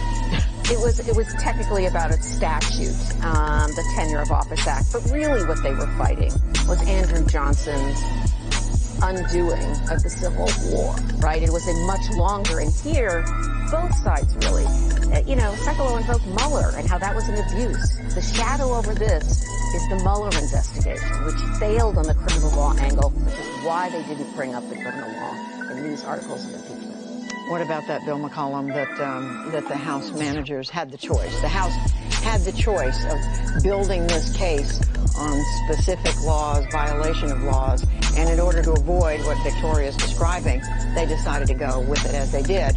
One article on abuse of power, and the second one on obstruction of Congress. Well, I think they didn't go forward because they didn't have a case. They didn't have a good argument for that. They brought it up. They didn't pass muster. There is no bribery there. I chaired the crime subcommittee when I was in Congress. I was Attorney General. The elements weren't there. I think there's also a weakness that's in the articles that are here. Let's take the second article we haven't talked about today, but they did a lot yesterday, and that is the article about the obstruction of Congress. The reality in this is they did not carry forward, for reasons that are obvious, to the courts the question of executive power. They didn't follow up on subpoenas to get the documents from the president, and now they're saying, well, he wasn't You're referring to the House managers. I'm talking about the House managers, right. In the first place, the House managers, as they began this process. So now they have an article of impeachment which is far weaker than the one we brought in the Clinton case, which involved the president refusing to answer specific written interrogatory questions, which, in hindsight, although I voted for it, it was voted down on the House floor, I don't think we probably should have brought up. That's extremely weak. The first article, the one on abuse of power we've been talking about, one thing I would like to address is what Chuck Schumer said just a minute ago before we went back on the floor. I've known Senator Schumer a long time. I was a senior member of his. Served in the House. In the House with him. He was the chairman of the subcommittee on crime when I was the ranking member. I was his chairman when we changed power, etc. He's hanging his hat on one word: interference with our elections. There's nothing, in my view, about what is going on here that implies anything serious about getting Ukraine to interfere in our elections. Not the same way as the Russians tampered with it, which I think all of us believe they have tried to do, and did try to do in the last election, probably will this election. It's all about the fact that we, or the president, asked for an investigation of a company and a member of the board of that company that happened to be the son of the vice president, that a company is involved in corruption inside Ukraine. No one's asking, and the president never implied he was, that they take some overt action that would interfere with our elections. Now, you can extrapolate, which Chuck is doing, Senator Schumer's doing, right, that somehow this is calling on them to interfere in our elections, but that's because of politics. That's because he views it that way as a Democrat. It's not necessarily, and I think Jay Sekulow has made a very good case of that. Pam Bondi did a little bit yesterday. It is not what this president was focused on entirely. It may be partly, but not entirely. Drew Willison, as we said much earlier when we introduced you, you worked with the former Senate Majority Leader Harry Reid, predecessor. Well, he was Majority Leader, but again, a predecessor for the Democrats to Chuck Schumer. What about this point that Bill McCollum is making, that there wasn't going to be interference by Ukraine? The president was simply asking the president of Ukraine to look into a specific a questionable activity. Well, he asked the question and asked the favor in the context of a very narrow bit of alleged corruption, none of which has been borne out by any of the documentary evidence or other investigations. The reason it's an interference in our election is that the specific question and the favor that he requested was for an investigation specifically of things regarding the Bidens. Basically digging up dirt on who he then and probably still now believes is probably his most dangerous opponent. It's not the same thing as conducting a normal give and take in foreign policy. It is obviously the foreign policy of our country is to root out corruption in Ukraine, to make sure that we're getting the best foreign policy value we can for the hundreds of millions of dollars that we're putting into the country. But when it's being held up for a personal political favor, that's the issue. I want to, and John Hart, you can respond to that. I want you to comment on that. But I also want to turn to what we now can look for from these senators in the way of questions, both from the Republicans and from the Democrats. But I don't know if you want to respond to what... Yeah, I do. I think we've raised an issue that I think is important to address, is that there may have been an appearance of impropriety. I think you used that word appearance earlier. And Republicans would privately admit, I mean, the congressman can correct me if I'm wrong here, but a lot of Republicans would say, this didn't look very good. You know, we talked about Ben Sass earlier. He said, this doesn't look good. It doesn't look good, but that is too low a bar for impeachment. And I think what the president's team has done a good job of addressing is there was a lot of other motivation.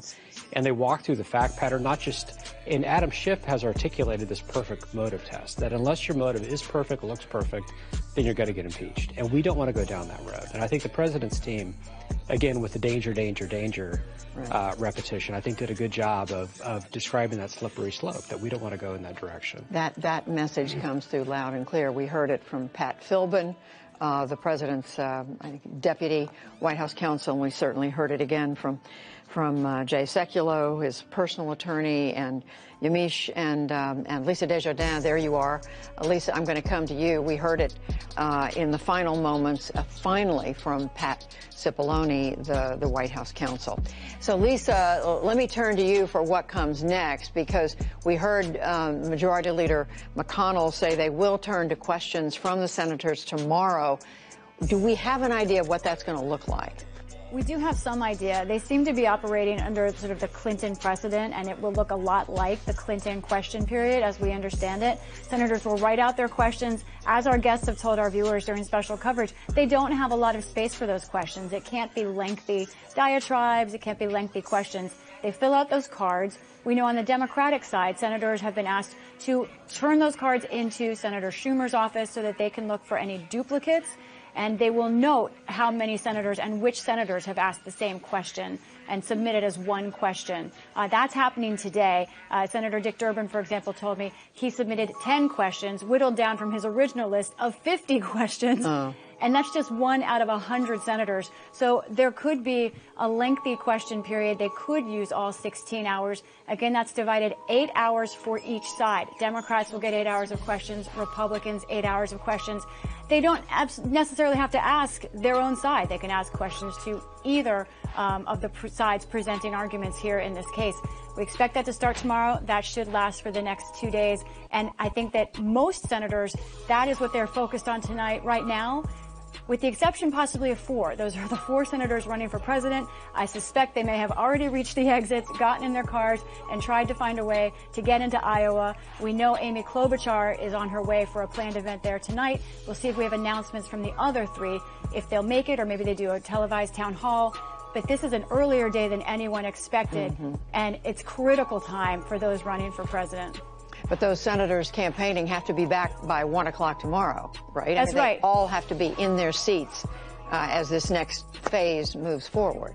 That's right. So direct flights from Reagan National Airport to Des Moines, I'm sure are booking out quickly. I'm sure, in fact, some of their staffs may have already booked seats, hoping that they would be able to take them. I know one reporter who's booked 3 different seats this weekend, depending on Senate trials, to try and get to Iowa. So I think that there's a lot of traffic, or at least a little bit of important traffic, going to the airport right now.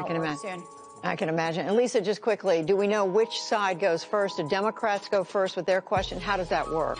I'm afraid I actually don't know the answer to that question, but I'll find out. Okay. I don't know. And separately, quickly, Lisa, what do you hear about any plan?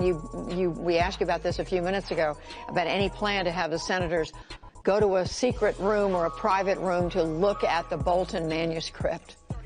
We're waiting to hear if that plan becomes anything more than a plan. I don't have any indication that any senator has found a means to bring that manuscript to the Capitol. Whether that's through the publisher or through the White House or both, I would expect need to be involved in that decision to bring that unpublished manuscript to the Capitol. I'm told that some of those inquiries are being made, but that means that it's very early stages to me when I hear that language at the Capitol. So there's nothing concrete now. There's no known time or even any known connection to indicate the manuscript is coming. There is increasing interest, but that's where we are right now. I think perhaps in the next few hours we'll get more news. Sometimes the Senate and the world can move very fast when there is high interest. But right now, there's no reason to think that manuscript is coming imminently. There's a lot of interest. There are people working on it. We just don't know. There was some reporting earlier today, or maybe it was last night, that the publisher was looking into releasing it earlier. In other words, having an earlier publication date than what they had originally planned. We'll see. Yamiche Alcindor, I'm going to come to you. The president's legal team, do they feel that they have made the best case they could have?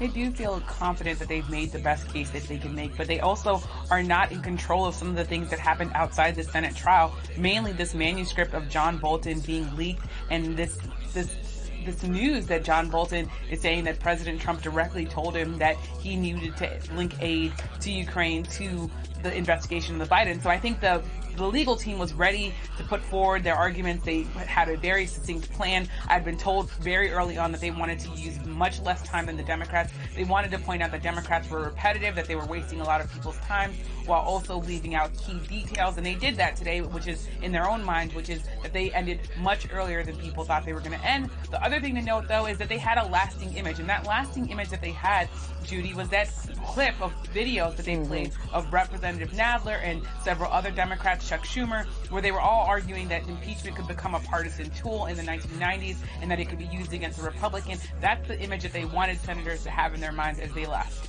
Yes, it was so telling that they ended with Chuck Schumer. I believe it was Chuck Schumer, who was then a House member, had just been elected to the Senate. This was 21 years ago. But that you're right. They were all making the case frankly, for not impeaching a president for the wrong reasons or for insufficient reasons, which is exactly what the Republicans and the president's defenders are saying now. Yamiche, any different sense from the White House about witnesses? The question keeps being raised by Democrats. If the president feels he is right in all this, what is the danger? What is the concern in hearing from witnesses if that is not going to hurt his case? Well, the White House is making two arguments. The first is a present-day argument. They're saying that the president himself has executive privilege and that his conversations with his national security advisor should not be publicly revealed. They're saying that John Bolton knows too much about President Trump. President Trump himself has said, look, he knows which leaders I talk about. He knows who I've badmouthed in the past. The president said that himself, saying, look, we don't want John Bolton to be talking about those things. So there's that executive privilege argument. Again, Democrats are saying the president waived that because he tweeted about the fact that he never had those conversations with John Bolton. The second argument that they're making, Judy, is more of a historical argument. They're saying, take out President Trump, put in whatever president you think, put yourself in President Trump's shoes, and history will not judge us well. They're saying, the Republicans and the president are arguing that presidents shouldn't have to have their national security advisor go before senators and speak about private things that are going on, and that this really sets a bad precedent when you go through the future, so that this is really something that could end up with a partisan battle ending in the president's secrets, national security secrets, being put on full display. So first they're saying this is bad for President Trump. Then they're saying this is bad for America. Of course, Democrats are pushing back on that and saying, look, President Trump did things that other presidents have not and should not do. And as a result, we should be learning more about what he was doing. There's also this one big issue that's still up in the air. If John Bolton does actually testify, or if John Bolton does possibly put out a statement or have a press conference, the White House is preparing to try to figure out how they're going to push back against that, because we already see some reporting out there that John Bolton's saying now that President Trump might be doing favors for authoritarian figures, including leaders of China and Turkey. So they're also gearing up for that issue as well. As if there's not enough to pay attention to. But separately, Yamiche, I want you to quickly address what's been going on at the White House today. It's clear the president is sending the signal that he's occupied as president. He had the leader of Israel there with him at the White House today to roll out this long-awaited proposal for peace in the Middle East. That's how President Trump has mainly been spending the daylight hours today. That's right. President Trump has been focused on his day with Benjamin Netanyahu, the leader of Israel. The White House has been saying the president is very, very busy. He's not focused on the Senate trial. So he did roll out this much anticipated Middle East plan. He's also going to be going to New Jersey today to be doing a rally, a political rally, a campaign rally, where of course he's going to be talking about impeachment and kind of saying that while he's busy making things better for America, making things better for the world, the Democrats are going after him. But that said, the president also has been tweeting pretty consistently about the Senate trial. And I've talked to legal experts, including people who worked on the Bill Clinton's White House and his legal team, who said they were focused on trying to make sure that the President Clinton at the time, was not thinking about impeachment. In this, unfortunately for the White House and for President Trump, he's still very, very much focused on impeachment, even as he's having world leaders come to the White House and rolling out this Middle East plan. It's hard to take your eyes off of it when your presidency is under challenge, as it is right now in the Congress. Quickly back to Lisa Desjardins at the Capitol. Lisa, what are you learning about what lies ahead?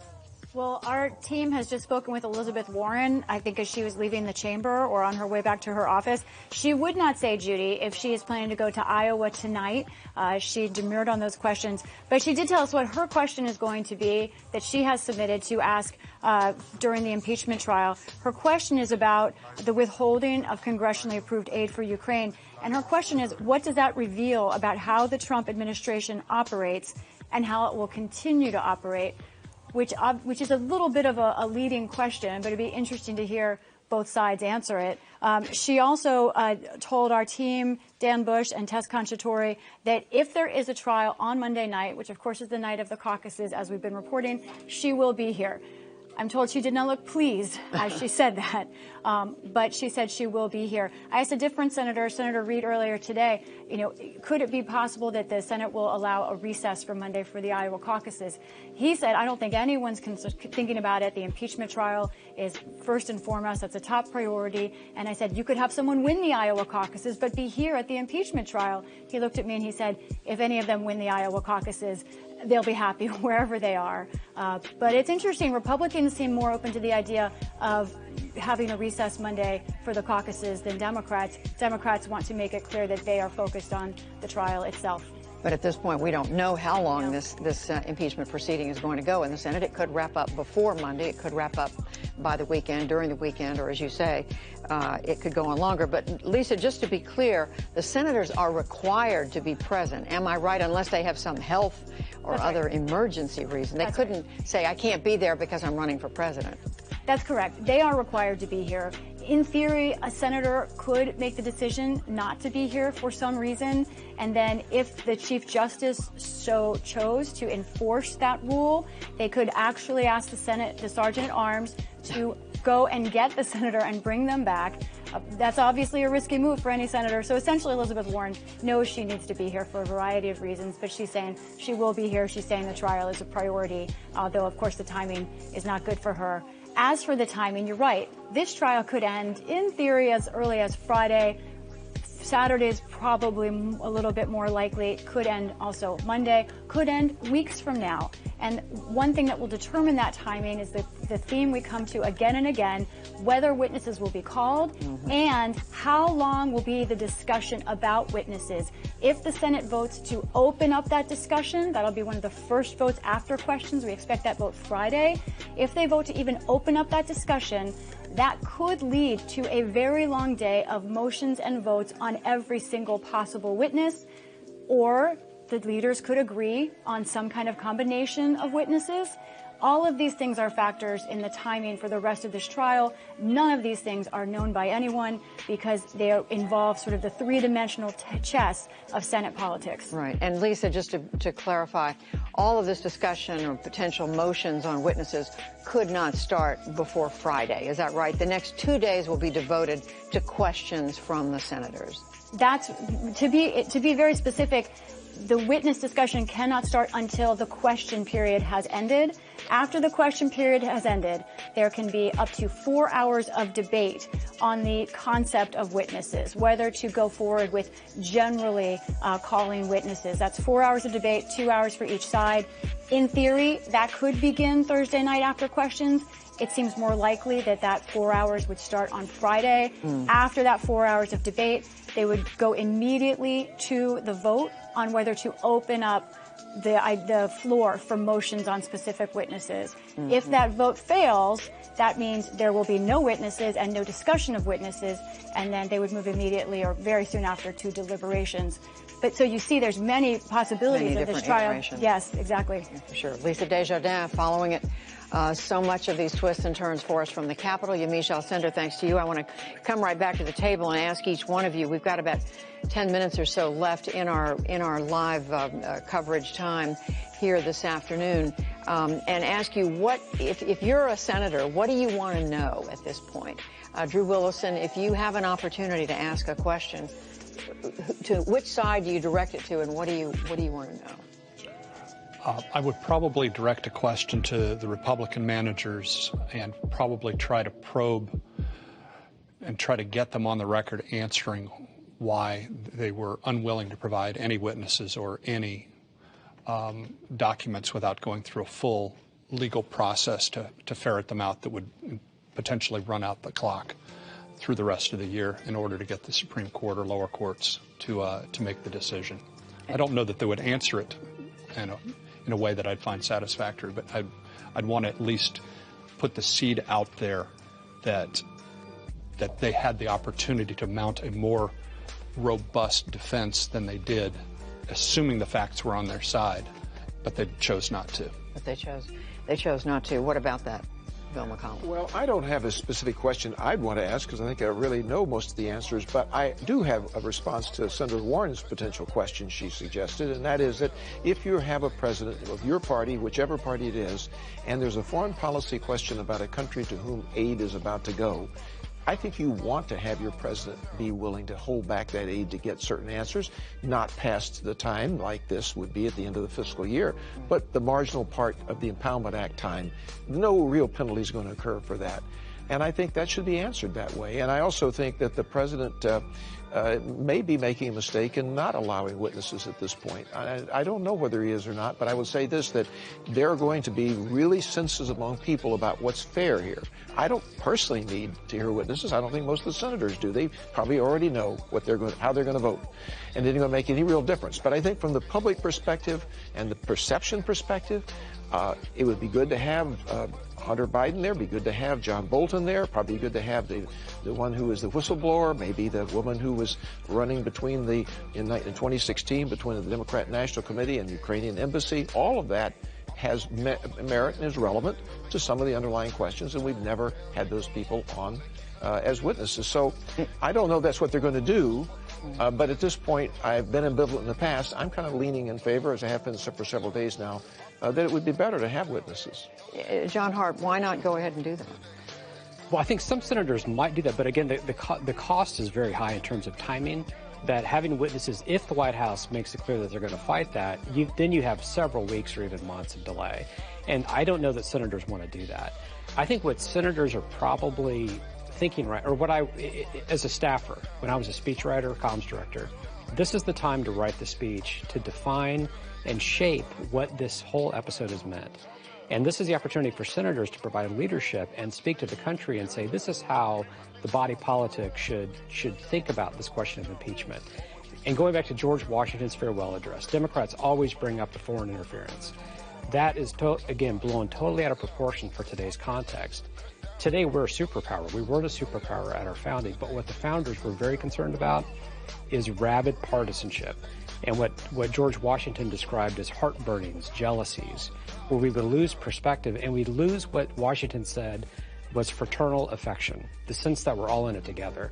And that's the challenge that senators face, is how do we restore that sense of comedy in the body? But that partisanship defines American politics right now, doesn't it? I mean, that's not a legal question, Victoria Norris. It's very hard to do when the president tweets 150 times. I mean, I know many Republican senators and staffers would hope for that.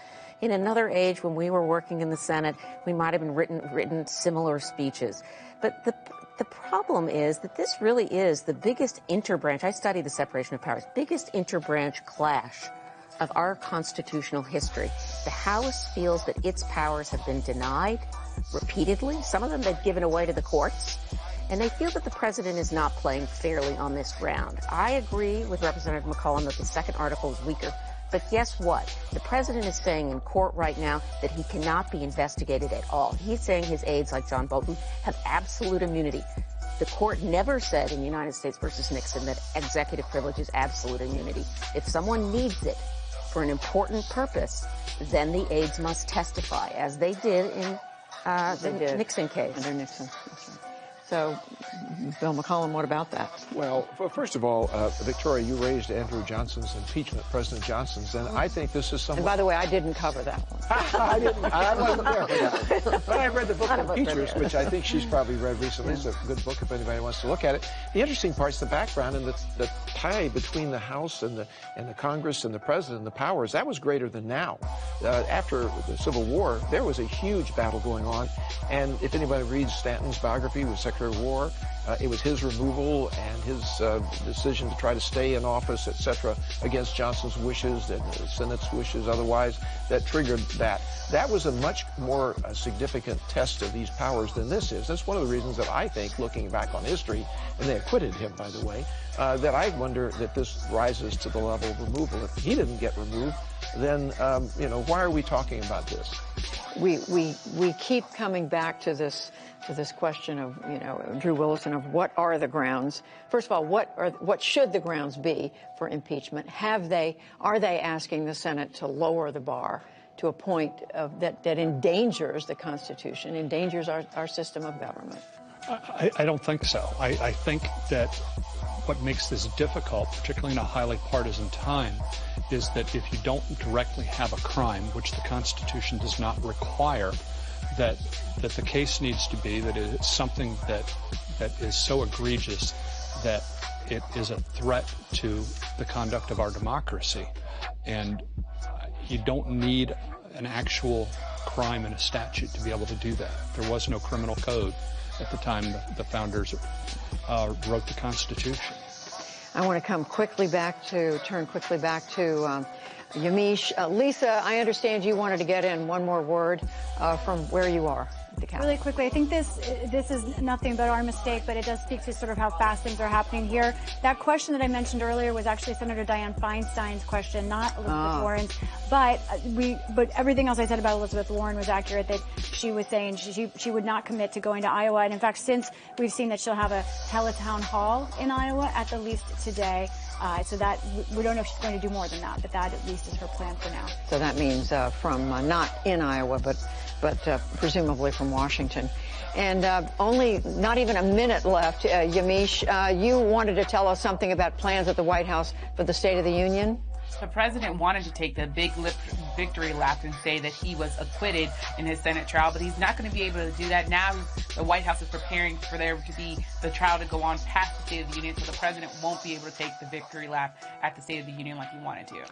You mean if they don't finish? Is that what you're saying? Yes, the president wanted the Senate trial to be over. He wanted to be acquitted before the State of the Union so that he could then get up in front of all of the lawmakers and say, I've been acquitted. This was all a waste of your time. He's not going to be able to do that. They're thinking, and as a result, they're preparing for the worst, which would mean that the trial would go past the State of the Union. Which would probably be unprecedented to have a State of the Union while a president is still in the middle of an impeachment trial. So much is unprecedented. We're overusing that word. Yamiche Alcindor, thank you very much. Lisa Desjardins, thank you all here at the table with me. John Hart, Bill McCollum, Drew Willison, and Victoria Norris. And that does conclude our coverage of the impeachment trial of President Trump for this afternoon. We will be back tomorrow at 1 o'clock for the next portion of the trial, when the senators who have had to be silent throughout this process finally will have a chance to ask questions of the lawyers for both sides. I want to thank the team who's been with us. We just named them, and I will thank them again. If you missed any portion of today's hearing and you want to catch up, you can see it all gavel to gavel on our website. That's at pbs.org/newshour, or you can find it on our YouTube pages. And of course, we will be back tonight on the NewsHour, 6 o'clock Eastern, or wherever it's shown in your viewing area. Thank you, and we'll see you soon. This program was made possible.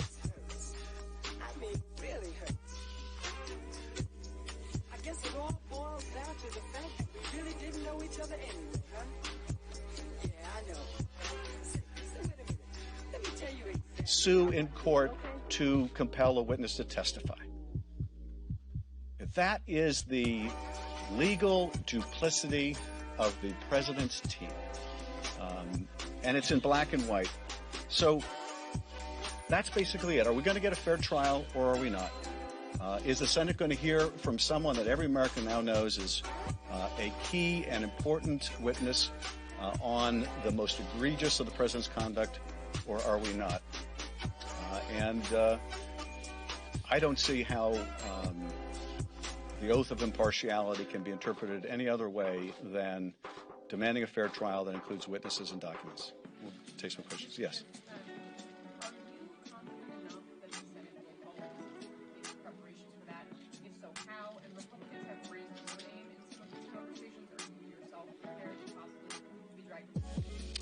Well, first, are we preparing? We have prepared for John Bolton. We have a lot more work to do to prepare now that we know more of what he is likely to say. But we will be prepared when the time comes. And at the end, I think at the most crucial is not the skill of his examination or cross-examination, but rather letting the senators evaluate his credibility, letting him tell his story, and not tell it in a book. Are we really going to require the country to wait until his book comes out to find out information that senators could have used to make the right decision on conviction or acquittal? In terms of the sort of red herrings, well, if the House managers want to call relevant witnesses, we want to call irrelevant ones, because we want to make them pay a price for getting witnesses who are at the heart of this scheme. That's not a game we're interested in playing. And, well, I can tell you what my testimony is. He's guilty, and he should be impeached. And I think the idea is an absurd one, but then this is what you have to fall back on when you know just how damaging John Bolton's testimony is going to be. And I would say the same of Hunter Biden. If they want to a witness for witness, then let them call Mick Mulvaney. Mick Mulvaney has said that he disputes what John Bolton has to say. Let them call Mick Mulvaney. Let them call Secretary Pompeo. Let them call people that are percipient witnesses to this scandal and this corrupt scheme. If they want a witness for witness, but that's not really what they want. They want a distraction, and I don't think the senators want to allow their proceeding to be turned into a circus. Yes.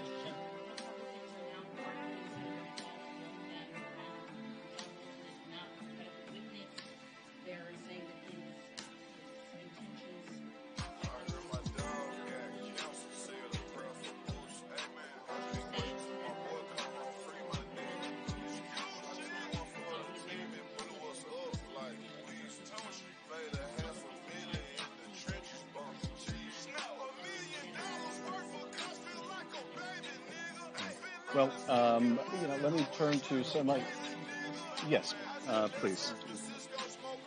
And the chairman has already so eloquently said that this trial and the Republicans' tactic is to create distractions, to distort, deceive, distract.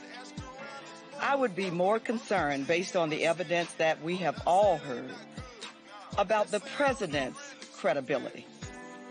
And if there are other Republican senators out there or anyone else who has questions about John Bolton's credibility, well, he said he would testify. He said he would come in and testify under oath. So let's subpoena him so we can hear what he says. And the American people can make up their own minds about his credibility. But based on the evidence and overwhelming testimony that we have before us, I would be much more concerned about the president's credibility. Let me add two things. Number one, it's fundamental in any trial that the trier, that you listen to the witnesses and you make the judgment as to whether the witness is credible and telling the truth. You don't not hear from the witness because maybe he's not going to tell the truth. If he's a relevant witness, you hear from him. That's what courts do every day in this land. Second of all, John Kelly, there's no reason to assume that Mr. Bolton isn't telling the truth. In fact, John Kelly, until recently the President's Chief of Staff, said this morning that he believes Bolton's account. I don't think you could have a better statement of belief than from the President's Chief of Staff. And what you're seeing is anyone who'll testify against the President, they're going to say is lying. And if we've got to keep him away from testifying, but if we can't keep him away from testifying, he must be lying. This is just nonsense. Yeah.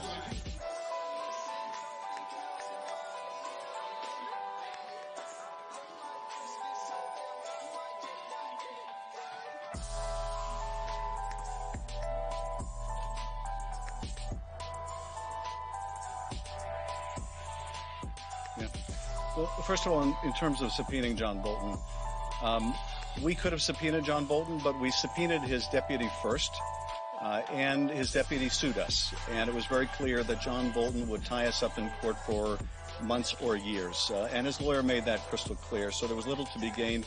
We had made it clear at that point with respect to other witnesses that we had subpoenaed who were refusing to come in, that we were not going to play this game of rope-a-dope endlessly in the courts. And allow the president essentially to obstruct the Congress with impunity, which is what he attempted to do by saying he was going to fight all subpoenas. So the fact that in the case we did bring against Don McGahn, they're arguing you don't have a standing to sue in court to enforce subpoenas shows just how disingenuous the president and his lawyers are. So that didn't make much sense. In terms of the impartiality, look, in the House of Representatives, we allowed the minority to suggest witnesses, and they did. We called witnesses in the open hearings that were proposed by the minority. In those super secret depositions they keep complaining about, there were as many members entitled to be there as the entire body of the U.S. Senate. They had every opportunity to ask all those questions in the depositions and the hearings, the same as the members of my party. And so they can complain and say it was partial or it was didn't have the same due process. They can make the argument, as they have repetitively, that we didn't get the same due process as in other impeachments, but the reality is they did. And I don't think those process grievances amount to very much. We'll take one last question. Yes.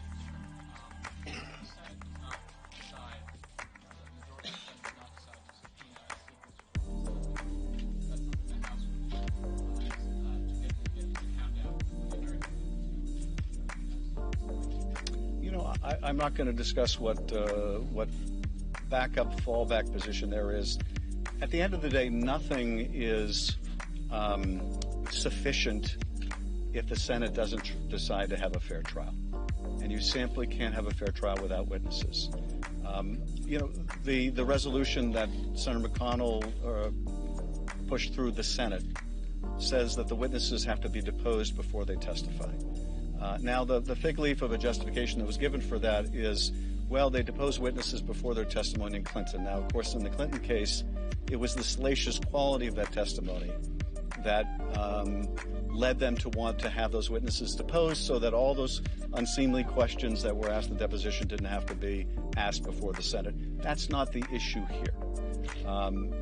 Why, if the senators have the opportunity to hear directly from John Bolton, would they, number one, not want to do it, and number two, even if they do it, want it to be done in a deposition form? After all the complaints they've made about depositions, it's very ironic that they're making such a strong case for a deposition here.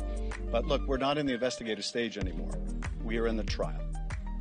And the triers of fact and the judges of the law, and the senators are both, should evaluate John Bolton's credibility for themselves. They don't have to take our word for it. Look, he's not exactly on the same policy page as many Democrats. They don't have to take John Kelly's word for it. They don't have to take the president's word for it. They can make their own judgment. But they can't do that if they refuse to even hear what he has to say. Thank you.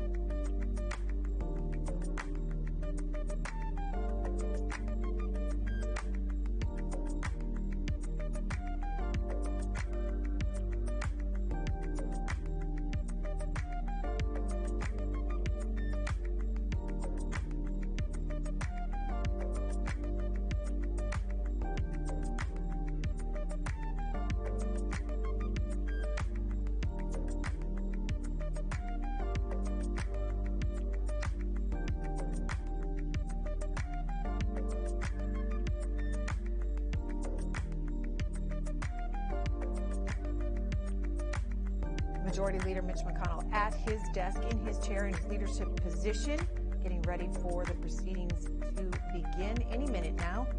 Live coverage here on C-SPAN 2.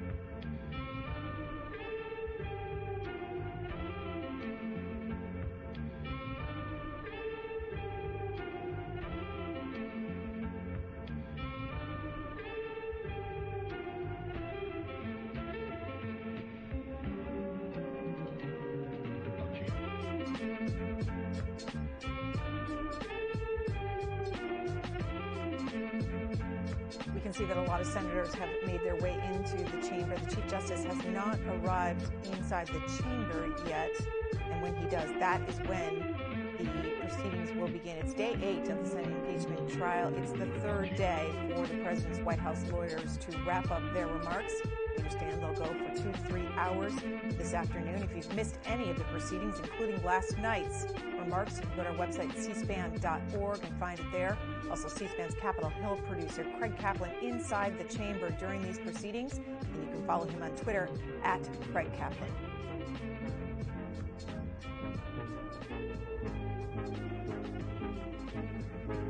The Senate will convene as a court of impeachment. The chaplain will lead us in prayer.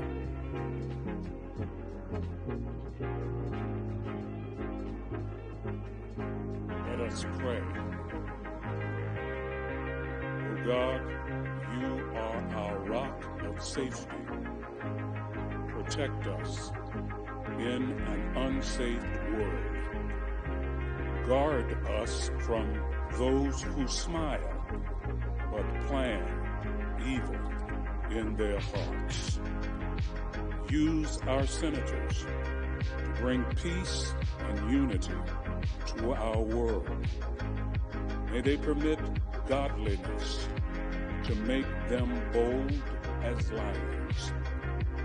Give them a clearer vision of your desires for our nation.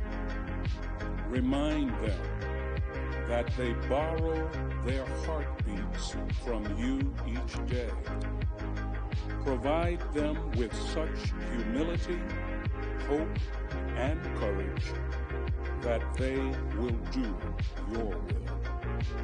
Lord, grant that this impeachment trial will make our nation stronger, wiser, and better.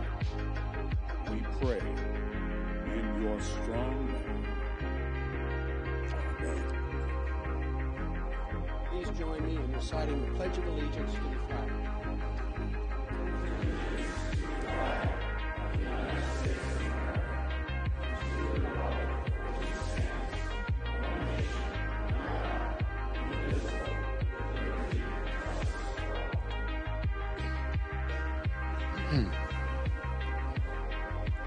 Please be seated.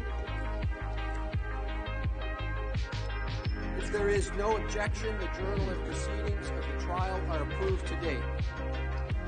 Without objection, so ordered. The Sergeant-at-Arms will make the proclamation. Hear ye, hear ye, hear ye. All persons are commanded to keep silent on pain of imprisonment, while the Senate of the United States is sitting for the trial of the articles of impeachment exhibited by the House of Representatives against Donald John Trump, President of the United States. Mr. Chief Justice. The majority leader is recognized. We expect several hours of session today with probably one quick break in a minute. Thank you. Pursuant to the provisions of Senate Resolution 483, the Counsel for the President has 15 hours and 33 minutes remaining to make the presentation of their case, though it will not be possible to use the remainder of that time before the end of the day. The Senate will now hear you. Thank you, Mr. Chief Justice. Members of the Senate, just to give you a very quick, brief overview of today, we do not intend to use much of that time today, Mr. Chief Justice. We intend to be, our goal is to be finished by dinner time and well before. We'll have 3 presentations. First will be Pat Philbin, Deputy White House Counsel. Then Jay Sekulow will give a presentation. We'll take a break if that's okay with you, Mr. Leader, and then after that, I'll finish with a presentation. So that's our goal for the day. And with that, I'll turn it over to Pat Philbin.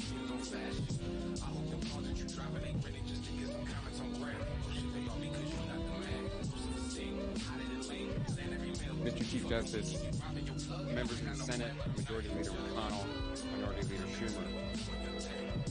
I'd like to start today by making a couple of observations related to the abuse of power charge in the first article of impeachment. And I wouldn't presume to elaborate on Professor Dershowitz's presentation from yesterday evening, which I thought was complete and compelling, but I wanted to just add a couple of very specific points in support of the exposition of the Constitution and the impeachment clause that he set out.